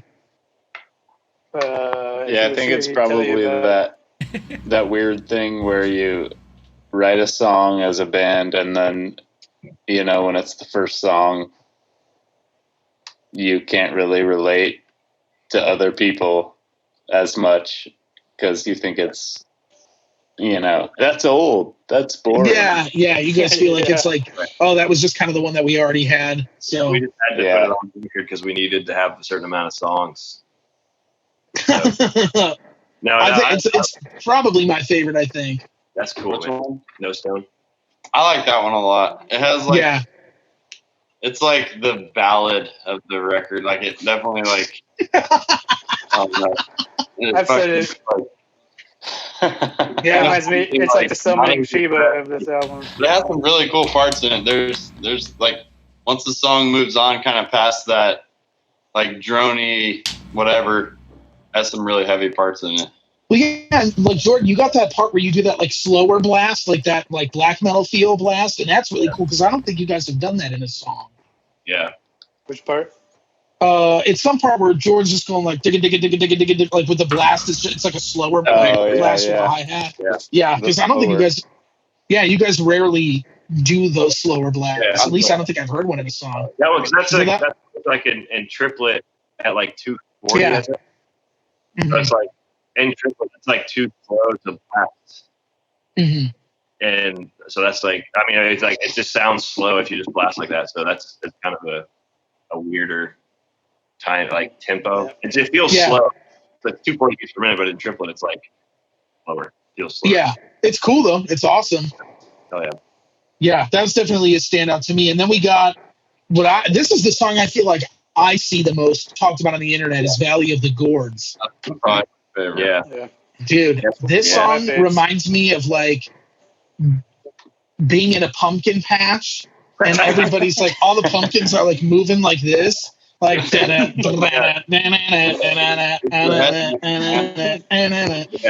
Like, yeah, dude, sick pumpkin patch song, dude. I'm sure that's not what it's about at all, but it's very like Halloween to me because I'm like, I have the brain of a 6-year-old, and that's like the first thing I think of when I hear Valley of the Gourds. That could have been a novel. If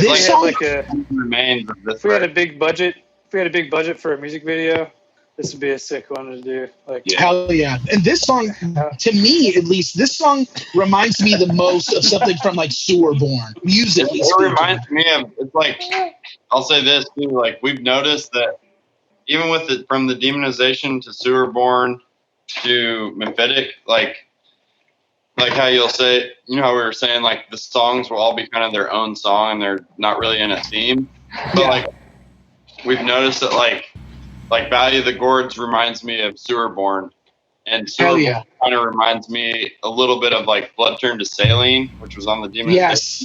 So like, awesome song. There'll be like emotions that are captured in each song, like really aggressive or like really headbanger or like, so there's like the archetype kind of, but we don't like mean to build that. It'll be like hindsight where like we'll write everything and we'll be like, oh, this reminds me of this, and this reminds me of this. So it's like there's kind of like a certain range of emotions or like of like aggressiveness or whatever that kind of end up coming through without us even knowing until we're done with it.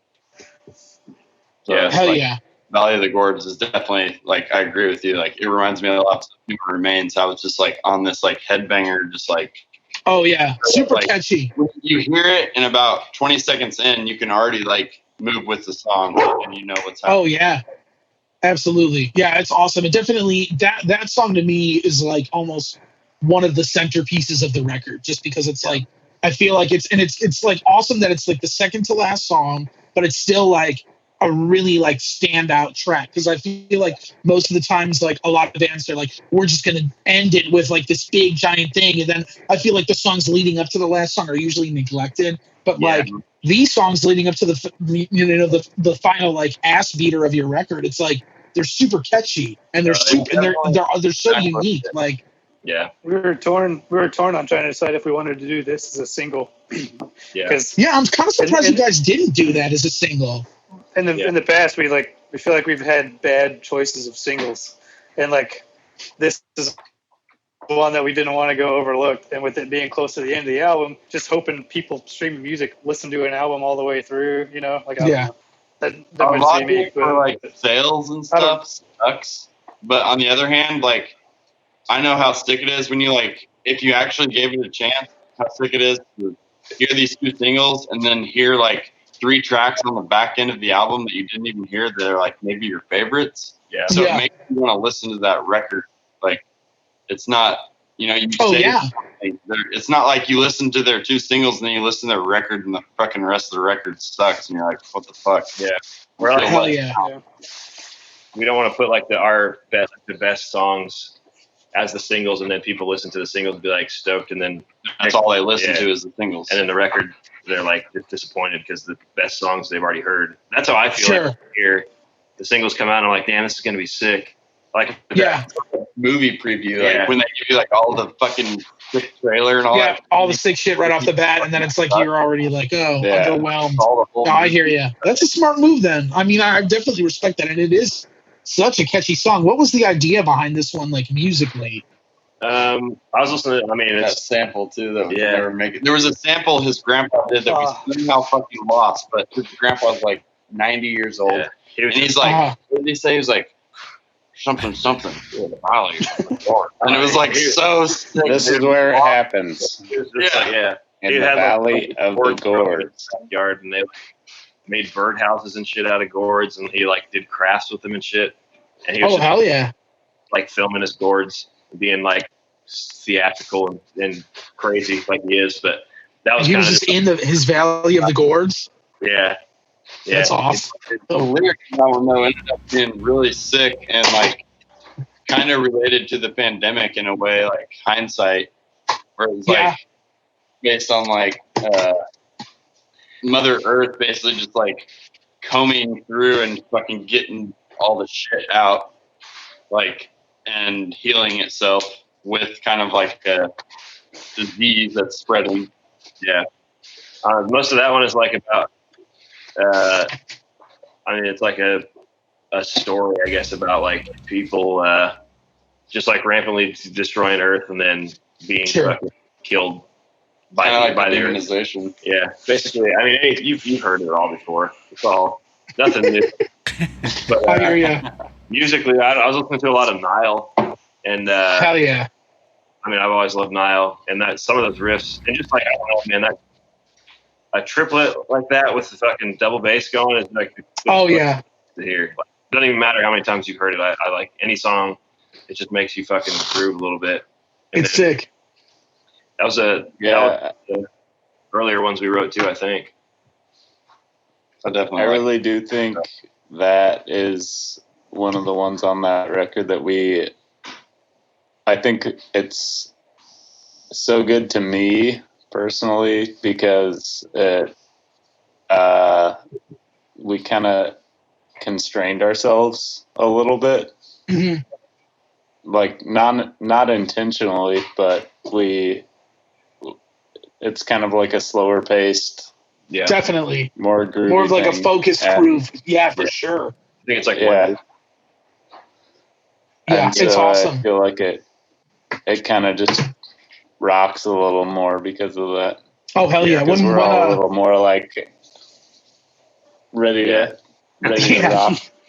We when Max got his pre-order in from Warforged, Max got his for Mephitic. I think he got the vinyl and the CD, and he was just like, "Dude, Valley of the Gourds is so sick." And I'm like, "Oh yeah, that's because Max always loves those always loves those like gimme grooves. Like he loves that shit." And I'm like, made a lot of sense to me why he liked that song so much, and I like that song too. Craig, I remember Craig, you showed me that song when we went out for my birthday, dude.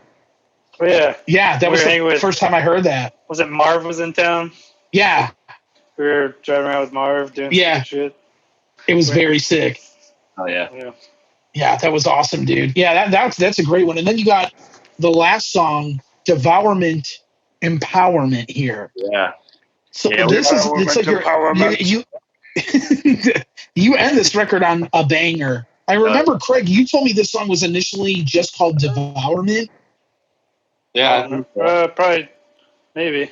I don't remember. Or that's what I had it saved as. Oh, yeah, maybe that's could have been what it was. That's a band, right? Devourment?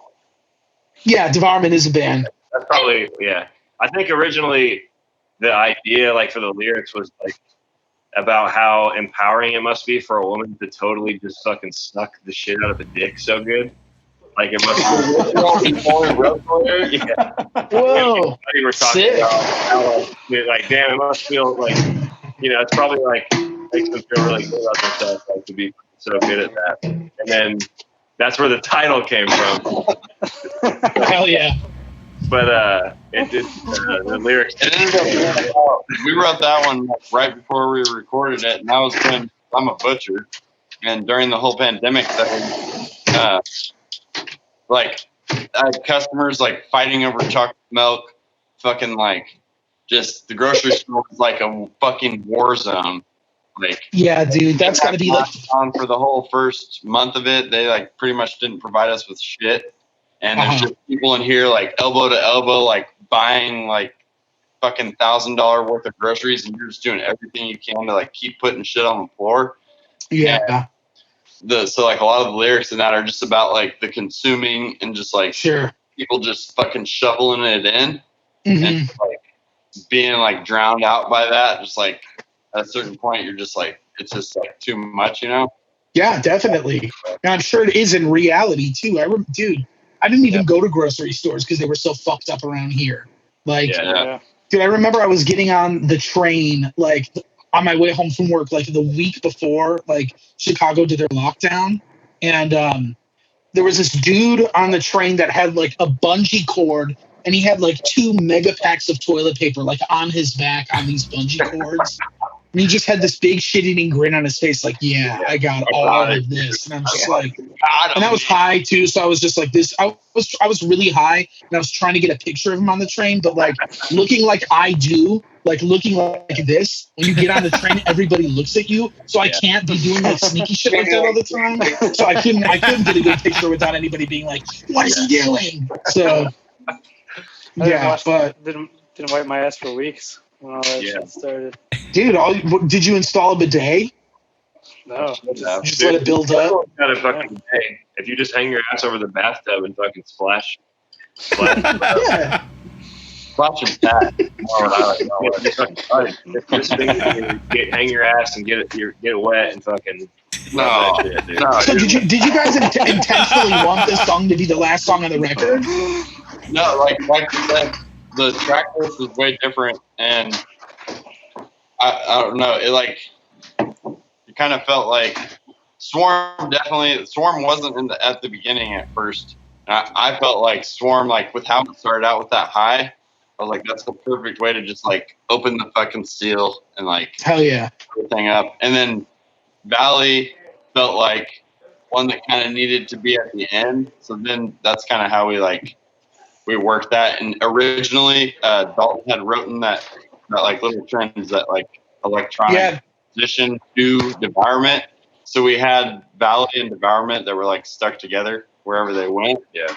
So we like, when we knew that we wanted Valley at the end, and then we had grown, like after it was all said and done, we had grown to like Devourment a lot. We're like, oh, that'd be a way to end it. So it just kind of worked out that way. Yeah. Hell yeah. With the guitar, what was it? Like feeding back. It was kind of a nice.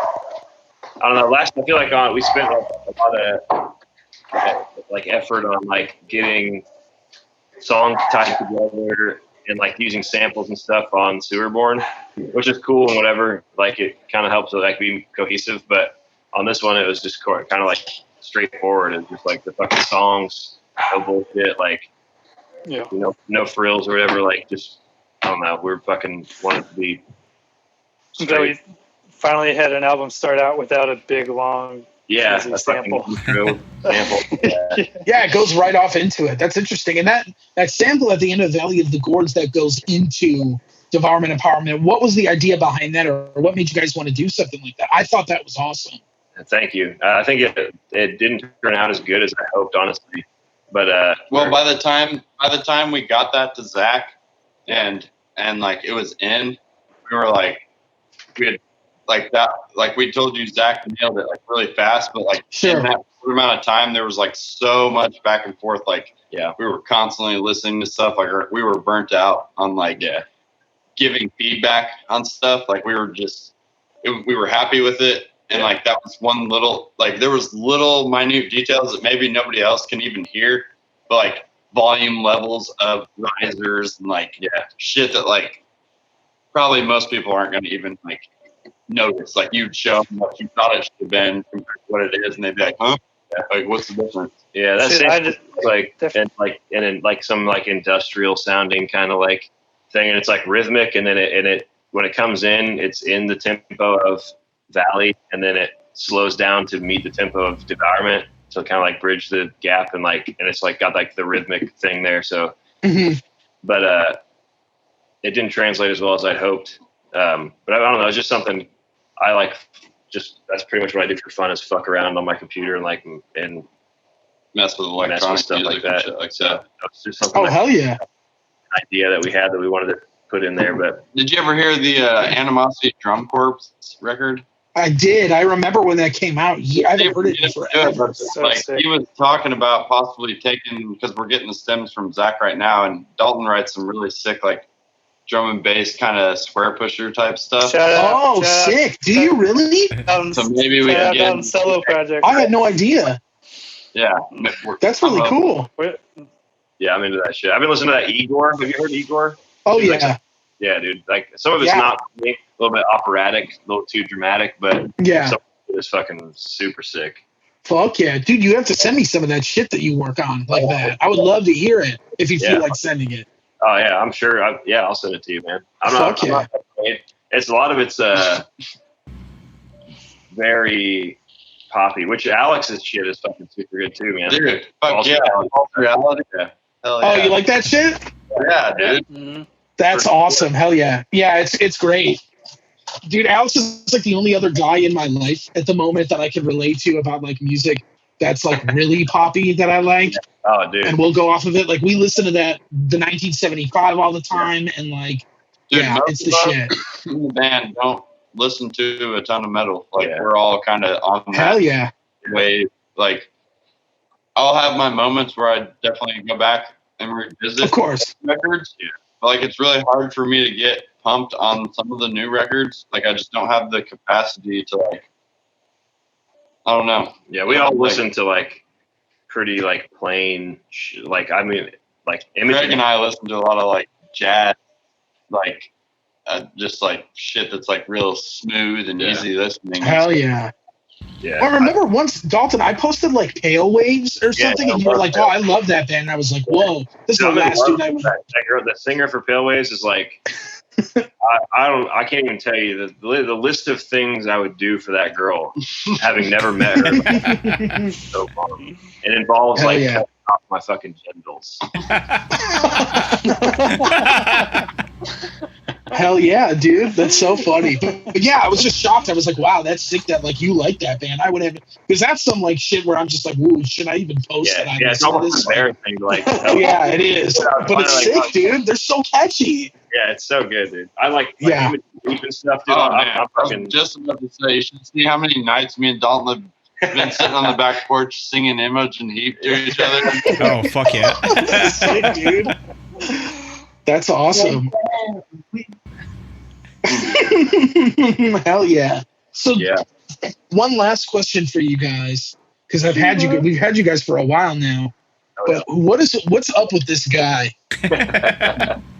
Dude, the artwork for Sewerborn, Tony Cole, we had this idea, and we wanted like to have our faces, because the guy on the cover of Sewerborn is like, we see him pictured all our faces, and he like blended them together to make that guy or whatever, which we thought was like a cool idea and stuff, but it just, I don't know, it wasn't. I think the more involved we are with the artwork, the less cool it turns out. So we got an artist that we wanted to work with. It's Justin, see that? Yeah. Justin, he's done Inanimate Existence covers and stuff. I know. Yeah. And we looked at a lot of stuff, liked his artwork and stuff, and we were just like, here's the basic like concept for the album, which is basically the definition of the title. Pretty much was what we gave him. He had like a whole series that was like kind of like H.R. Geiger-ish, but it was like these like human machine type things where there's like picture of this dude like stretching his eyelids out, connected to all these like mechanical like. And they were all in black and white, like pencil realism type of stuff. Wow. Different than his stuff like for Violent Depravity. Didn't he do theirs? And most of it is like with lots of color and stuff. CGI and like whatever, like the more like photoshopped kind of stuff. Sure. We asked him like, and we trusted because we liked all the stuff of his like realism side a lot, and we basically like gave him the music and was like, do what you want. So it was like sick. And we just went with it, and we like how it turned out. Have you come up with a name for this guy yet? What did Dalton say? Fucking Septic Hank? Yeah, Septic Hank. That was Sewerborn guy. Oh, freaking! Oh yeah, that was Sewerborn. I don't know. Gas Man. I don't know. He's just like Gas Man. Hell yeah, it's sick. It's a very striking cover, and I like how simple it is. It's just a dude going like. Yeah, it's in hindsight, it definitely looks like it has resemblance to the Echoes of Decimation, the Origin album cover. Yeah, I thought that too. I was like, oh, it kind of does look like that. Yeah, that's sick. That album cover's sick too. Got fucking stuck in someone's asshole for centuries. We pretty much like. I feel like the more we like. Especially me, dude. I'll have an idea and be like, dude, my idea is so good. I know this idea is so good. And like try to explain it. It just never fucking works. And that guy he's so good. And he did. And I think like pretty much the first like drafts he sent us, we were all like, yeah, that's cool. just go with that. Dude, immediately when Craig showed me that album cover, I was just like, I can't wait to like have that thing tattooed on my face, dude. Dude, I mean, it's got a lot to become this guy. I don't know what some people do not like it, but I guess I love it. I think that the Sewerborn artwork like kind of gave people like a notion about our artwork. So it's like they expected something like that.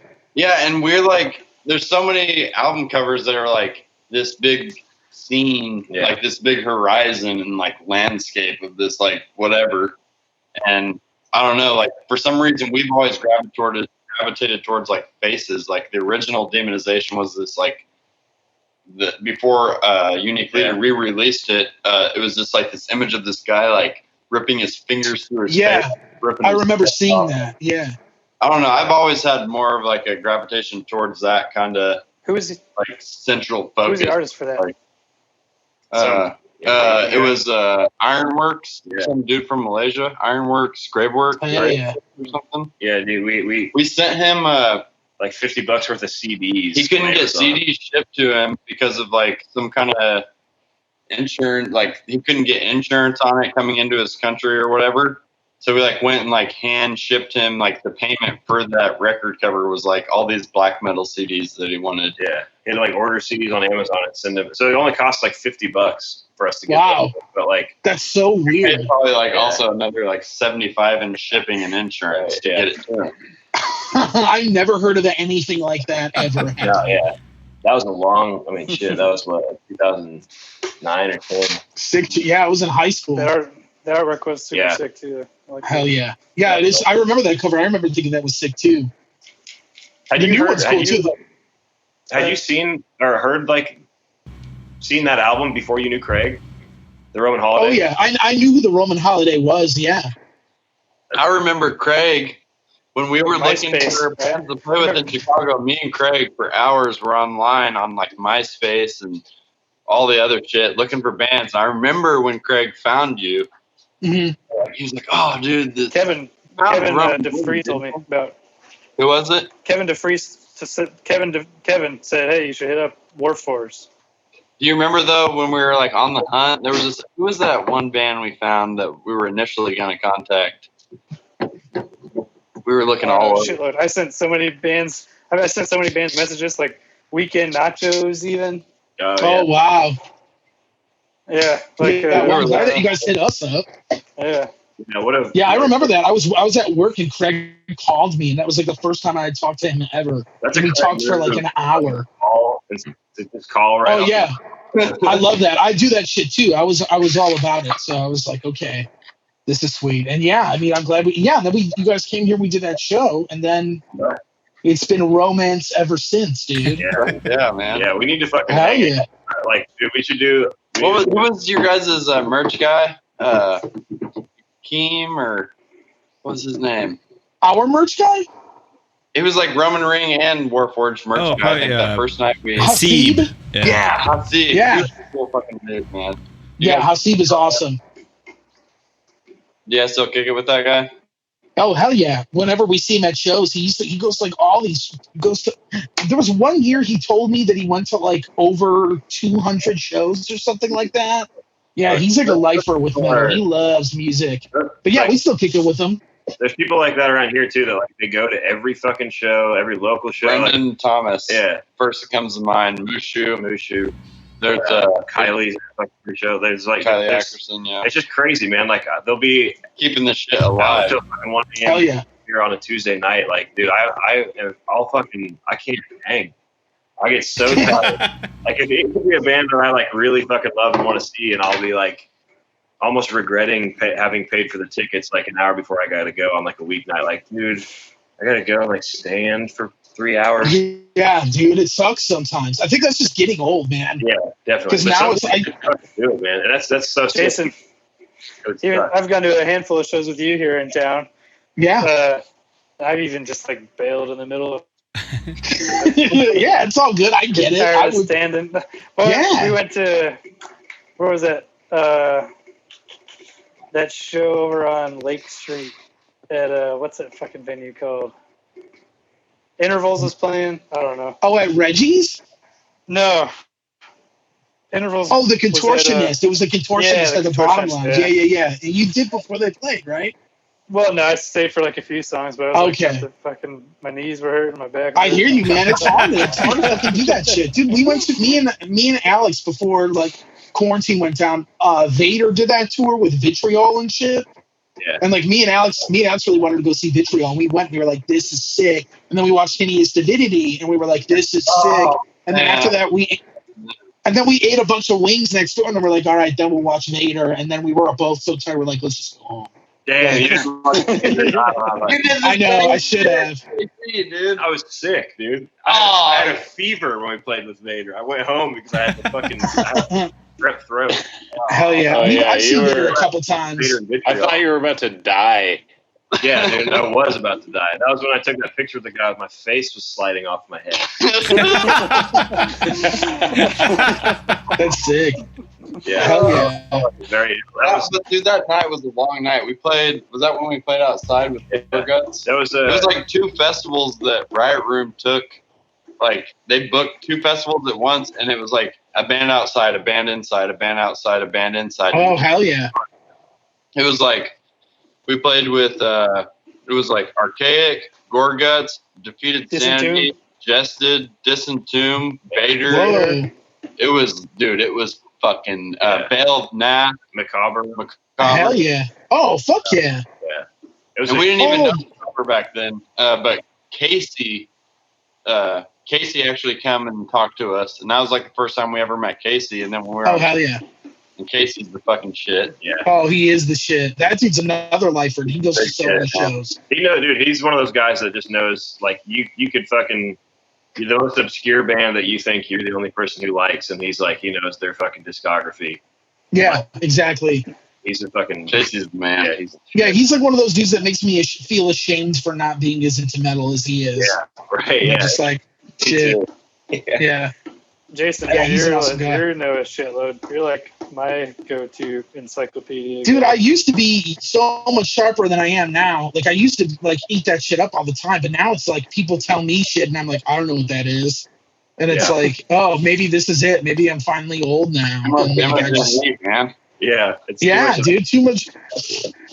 Yeah, I'm either listening to hip hop or some pop music that's embarrassing to talk to people about. Too much girl shit, man. Yeah, man. Going for walks along the river and shit. Going for walks on the river? Yeah. What? Me? Hey. Oh yeah. Well, I listened to the new I was listening to that new Misery Signals that came out because I still really like that band. Oh fuck! I forgot that came out. Yeah, it's dope, dude. So stoked. The whole record. If you're into that shit. That tomorrow. Yeah, you should. Holy dude, their shit. drummer's so sick. Yeah, he's my all-time favorite. Really? Brandon Morgan? Yes. Nice. That's awesome. Oh, that's stinky. Dude. Oh. That's fucking What happened, dude? I let one loose. The death of the breath of the angel, dude?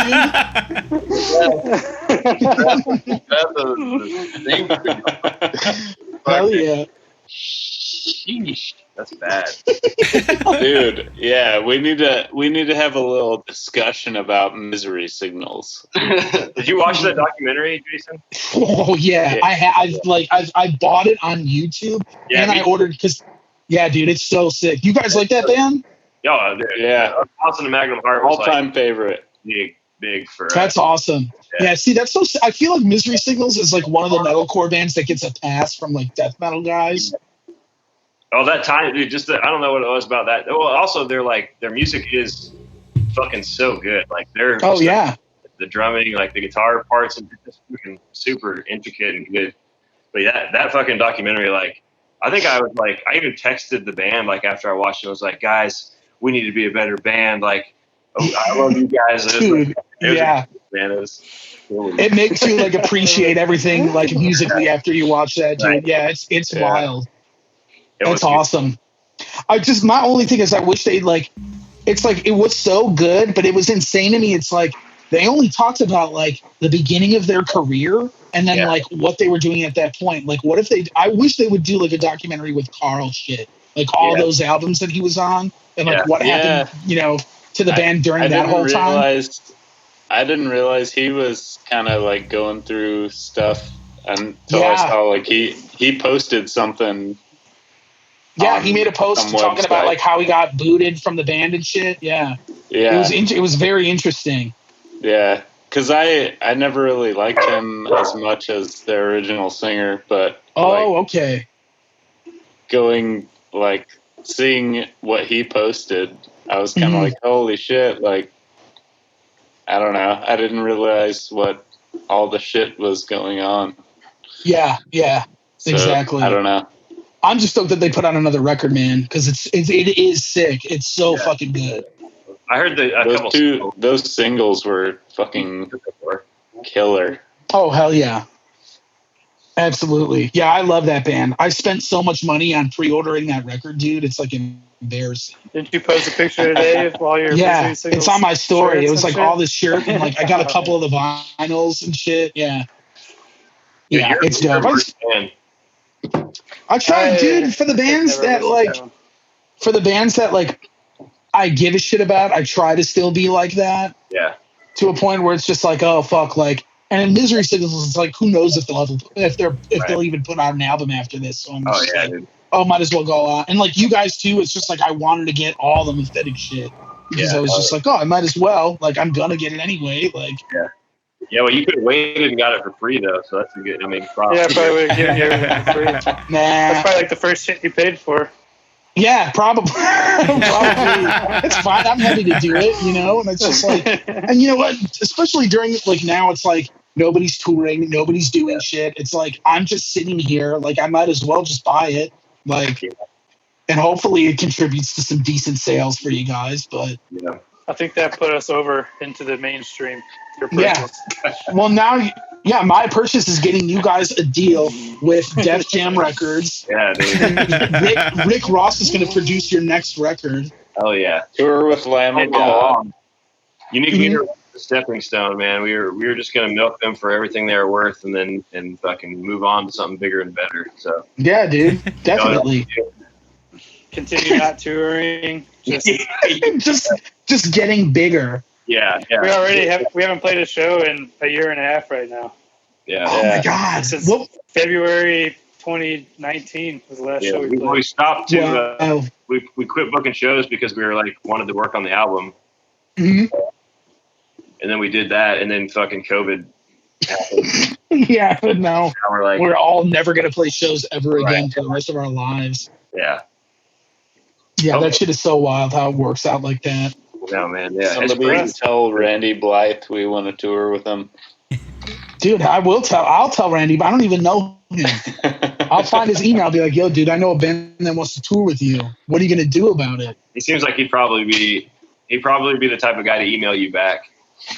He'd probably say, no.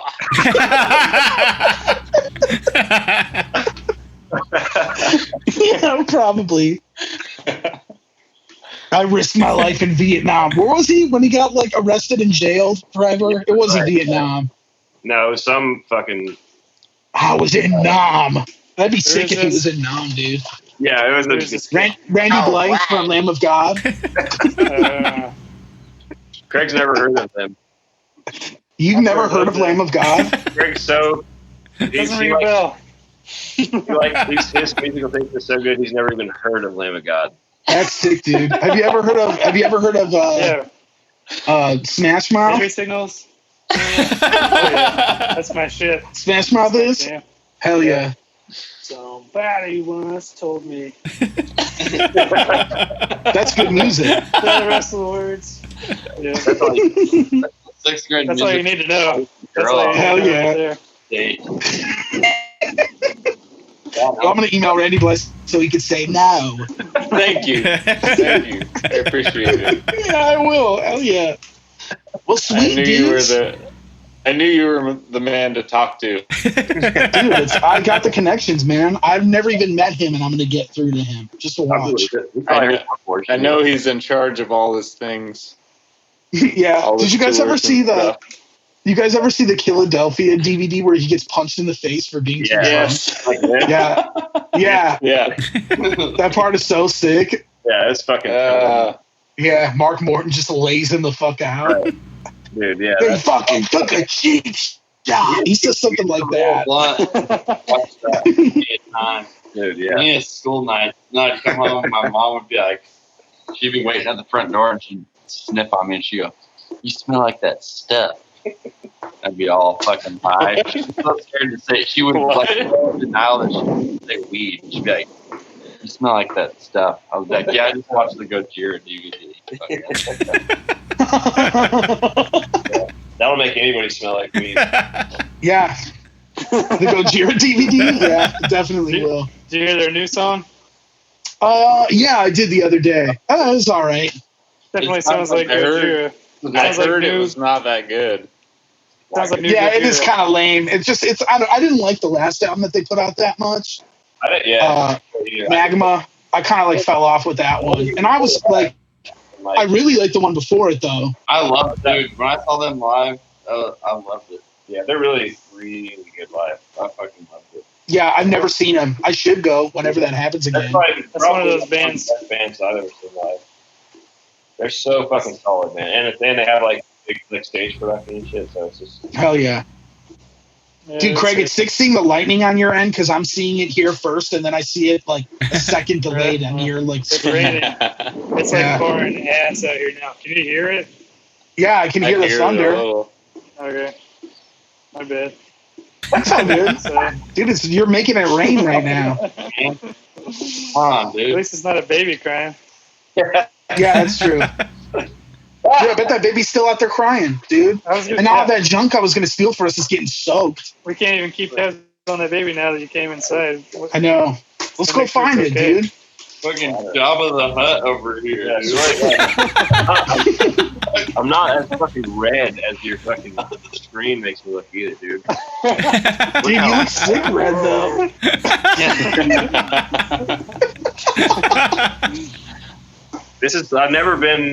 I've never felt worse about myself. So I appreciate you guys having us on. Yeah.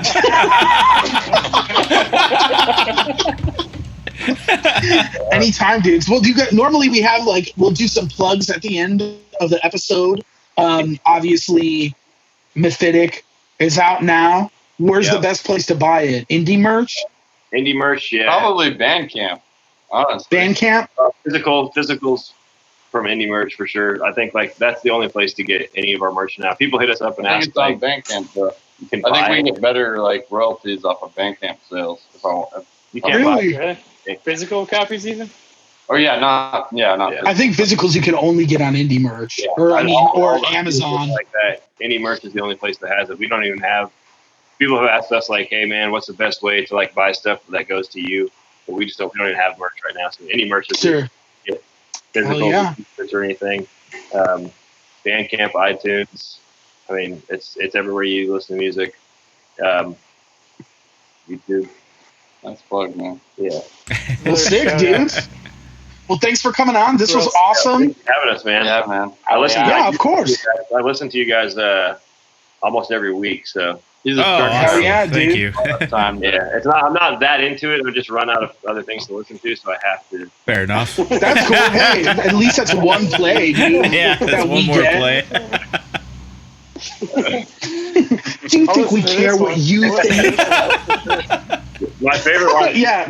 You guys need to have Alex on every week, though. I think he's fucking dude. He's the funniest guy. Dude, every time he's on the show, I get 5 messages the next day about how much everybody thinks he's so funny. Yeah, he is so fucking funny. Yeah, he's the shit, dude. He's gonna be a semi-regular guest. So yeah, hell yeah. Yeah, we just need to get Randy in here. Face. Yeah, dude. Have you seen? You guys should go on his Instagram and look at the video he posted the other day. We did, where he's like, "Oh, something for you." Yeah, he's like, "Yo, man, check this out." He's holding up the headphones. Okay. We were both working, because we both work at Sounds. We're working from home, when I saw that video while we were working, and I was like, dude, that video was sick. He's like, Jason, I'm so fucking high right now.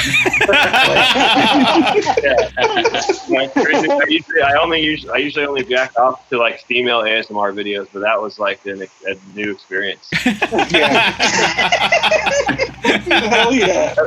Our friendship when you guys come to Kansas City and we all got super fucking baked and we somehow got on the trail of Alex and Max's old fucking rock band and all that shit, and our squad boys and yeah, dude, it was sick, man. You remember that we went to that pool hall that only played Tech 9, and like there was that weird ass girl that like she brought her like heirloom pool cue and it got broken and she was like gonna have a panic attack.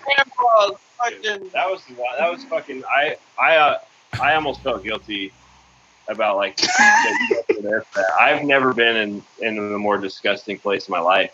Dude, I just couldn't believe how cool you guys were about it the whole time. I was like, wow, you guys are like fine. And I'm like, this is fun. It was fun, dude. Yeah, it was fun for sure. You remember the fucking human tadpole, the owner, the guy that came out, his neck was at a fucking 90-degree angle. Yeah. The whole place was fucking subhumans, man. It was insane. Yeah, it was definitely sick. Like Total Recall bar. If we could drink inside there. Yeah. I said like, yeah, do you remember that? Like, we couldn't get an answer, and we were like, all right. Yeah. So weird. We got there and everybody was drinking, so we just walked across. Dude, and then there was that lady that was like on something at the table next to us, and it was like a practice table. Rolling balls around. Dude, I was so high that like for the first hour I was convinced she was playing with somebody and that the other person was like in the bathroom. And then like I realized like what time it was. I'm like, wait a minute, we've been here for like over an hour and she's still doing the same shit by herself. Yeah, it was so weird. It was sick, dude. Right down pool ball. Yeah, hell yeah. She ended up fighting that other girl. Oh, yeah, that was the chick that broke the pool stick. Oh, that was the pool cuer. I see. There was like old lady tweaker, like king of the castle. That was like her stomping grounds. And then that new hot tweaker came in, like younger hot tweaker. And it was like, just remember her saying that was my grandmother's pool cue. I was like, why the fuck does your grandma have a pool cue? And second off, like, well, if it was that important, why would you bring it to this weird ass pool hall? Yeah, right. So much shit that's like not right. Yeah. Also, there was like 60-year-old tweakers there, and then fucking 17-year-old tweakers. Those little kids were definitely kids. It was fucking bizarre. Yeah. It was sick. Independence. Yeah, that was racist. Yeah. That was racist. Shout out. That was like by my parents, but Independence was the same shit. Hell yeah. No, it's not. Well, sweet dudes. Thanks for coming on the show. Hell yeah. Dude, thanks for putting up with us this long. I hope nobody ever has to watch this. Dude, this is the shit. I bet you will get views on this one too, dude. Dude, I hope Just wait. We got to send it to Randy Blythe, Rick Ross, Drake. Hey, Randy. Randy. What's that band? What's that band you posted a video of, Dalton? Our main inspiration. Oh, the Lost Prophets? Oh my god. That was so fucking funny, dude. I decided, I saw you guys post that and and smoked just beforehand. And I saw you guys post it. I'm like, oh, that's funny. This is clearly a joke. And then I watched the actual music video and it's so bad that it was just really funny imagining you guys watching that video. And then I saw the comments where people thought it was real. And people thought that was an actual influence. I also had no idea that guy was a convicted pedophile. So that was that was. How did you forget that? Funny that the song in the band stuck so bad that added extra ingredients in there that I didn't even know. It's just I was watching that video and I kept thinking to myself, man, how do you get to a point as a human being to where you are in a band like this and write a song like this and just own it? How do you do that? Yeah, they did. It's fucking. They definitely did. We'll be mean, maybe that's about 15 years. I think. Yeah. I remember somebody was just like, I can't believe you would do that because like that dude is a molester or something. And it's like, right. Why would you ever think that was serious? Like, right, what? Yeah. It still blows my mind. There were a few people though that like picked up on it. I'm kind of surprised. Yeah, it was sick though. Hell yeah, thanks, man. Well, we'll hit them up too. Yeah. We'll see if we can get something going. Be a fucking third-party guest on that one. I'll prepare. I'll interview the guy so good, man. Hell yeah! All right, we'll definitely make it happen. We'll get the singer of I don't even know his name. Yeah. Dude, I always thought because I remember that music video when I was a kid, and I remember always thinking that the singer kind of looked like Ben Stiller if he had like a My Chemical Romance haircut. I don't even know if I've actually watched the video. I think I just. You should watch the video. I mean, maybe like halfway, at least half of it. Maybe give it half. Yeah, you know. But yeah, he definitely looks like Ben Stiller, like meets Gerard Way. Oh damn, dude! You know, like he was in Meet the Parents, but he left the shoot to go shoot this music video. Yeah. And do what he's really passionate about. The perfect timing for that look. Ocean Avenue from Yellow Card. Oh, dude, yeah. Dude, we gotta cut this off right now. This is going. Dude, I used to think the singer of Yellow Card looked like Paul Rubens, like Pee Wee Herman, if he like did like the blonde hair dye. Yeah. Like I always thought that too. We're getting into Yellow Card now. Yeah, we should mix it. You're definitely. We're getting into the real shit now. All right, guys. Thanks for coming on. And we'll catch you guys next time. Check out Mephitic everywhere, streaming everywhere. You can buy it anywhere. I'll see you guys in real life. Let's get together soon, guys. Yeah, we're down, dude. I'm down. I'll come now. Craig, let's get that wedding rolling, bro. Yeah. Oh, man. That's true. That's the next Jason, you want to come to Casey with me on Tuesday? Yeah. Float trip. Come on a float trip. We're going on a float trip. All right. All right, dudes. Later, guys. Thanks for having us. Take it easy. See you guys. See ya. Thank you. Bye, guys. Later, guys. Hey, what's up, everybody? Thank you so much for checking out this week's episode. The dudes from Ahtme, it was awesome. Please check them out, and you can get their album pretty much anywhere where albums are at. So please do check them out. And honestly, if shows ever come back sooner than later, they're definitely a band to check out live. They're fucking phenomenal. But yeah, so next week we're starting our other new segment, which I guess we're going to be calling Freestyle. Yeah, why not? Basically what we're going to be doing, if we didn't already explain this, similar to our other music episodes, except for we're not going to be limiting ourselves to genre-specific stuff, and we're going to be changing out the guest every time. So if you guys are really into the music episodes and you want to be on, hit us up, and we'll get you on and we'll talk music. And like I said, it's not genre-specific, it's anything goes. So hit us up and let us know. So for next week, what we have is Death Cab for Cutie's Transatlanticism. The song to check out is Tiny Vessels. We're going to do Pantera's A Vulgar Display of Power. The song to check out for that is Hollow. And then finally, we're going to be doing Brockhampton Saturation 2, and the song to check out is Queer. So thank you guys again for checking out the episode. Please like, subscribe if you haven't already to stuff. And drop some comments. Let us know how we're doing. And correct us on anything we were saying that's probably stupid, which is probably a lot of stuff. So thank you guys as always, and we're going to see you next week. Bye.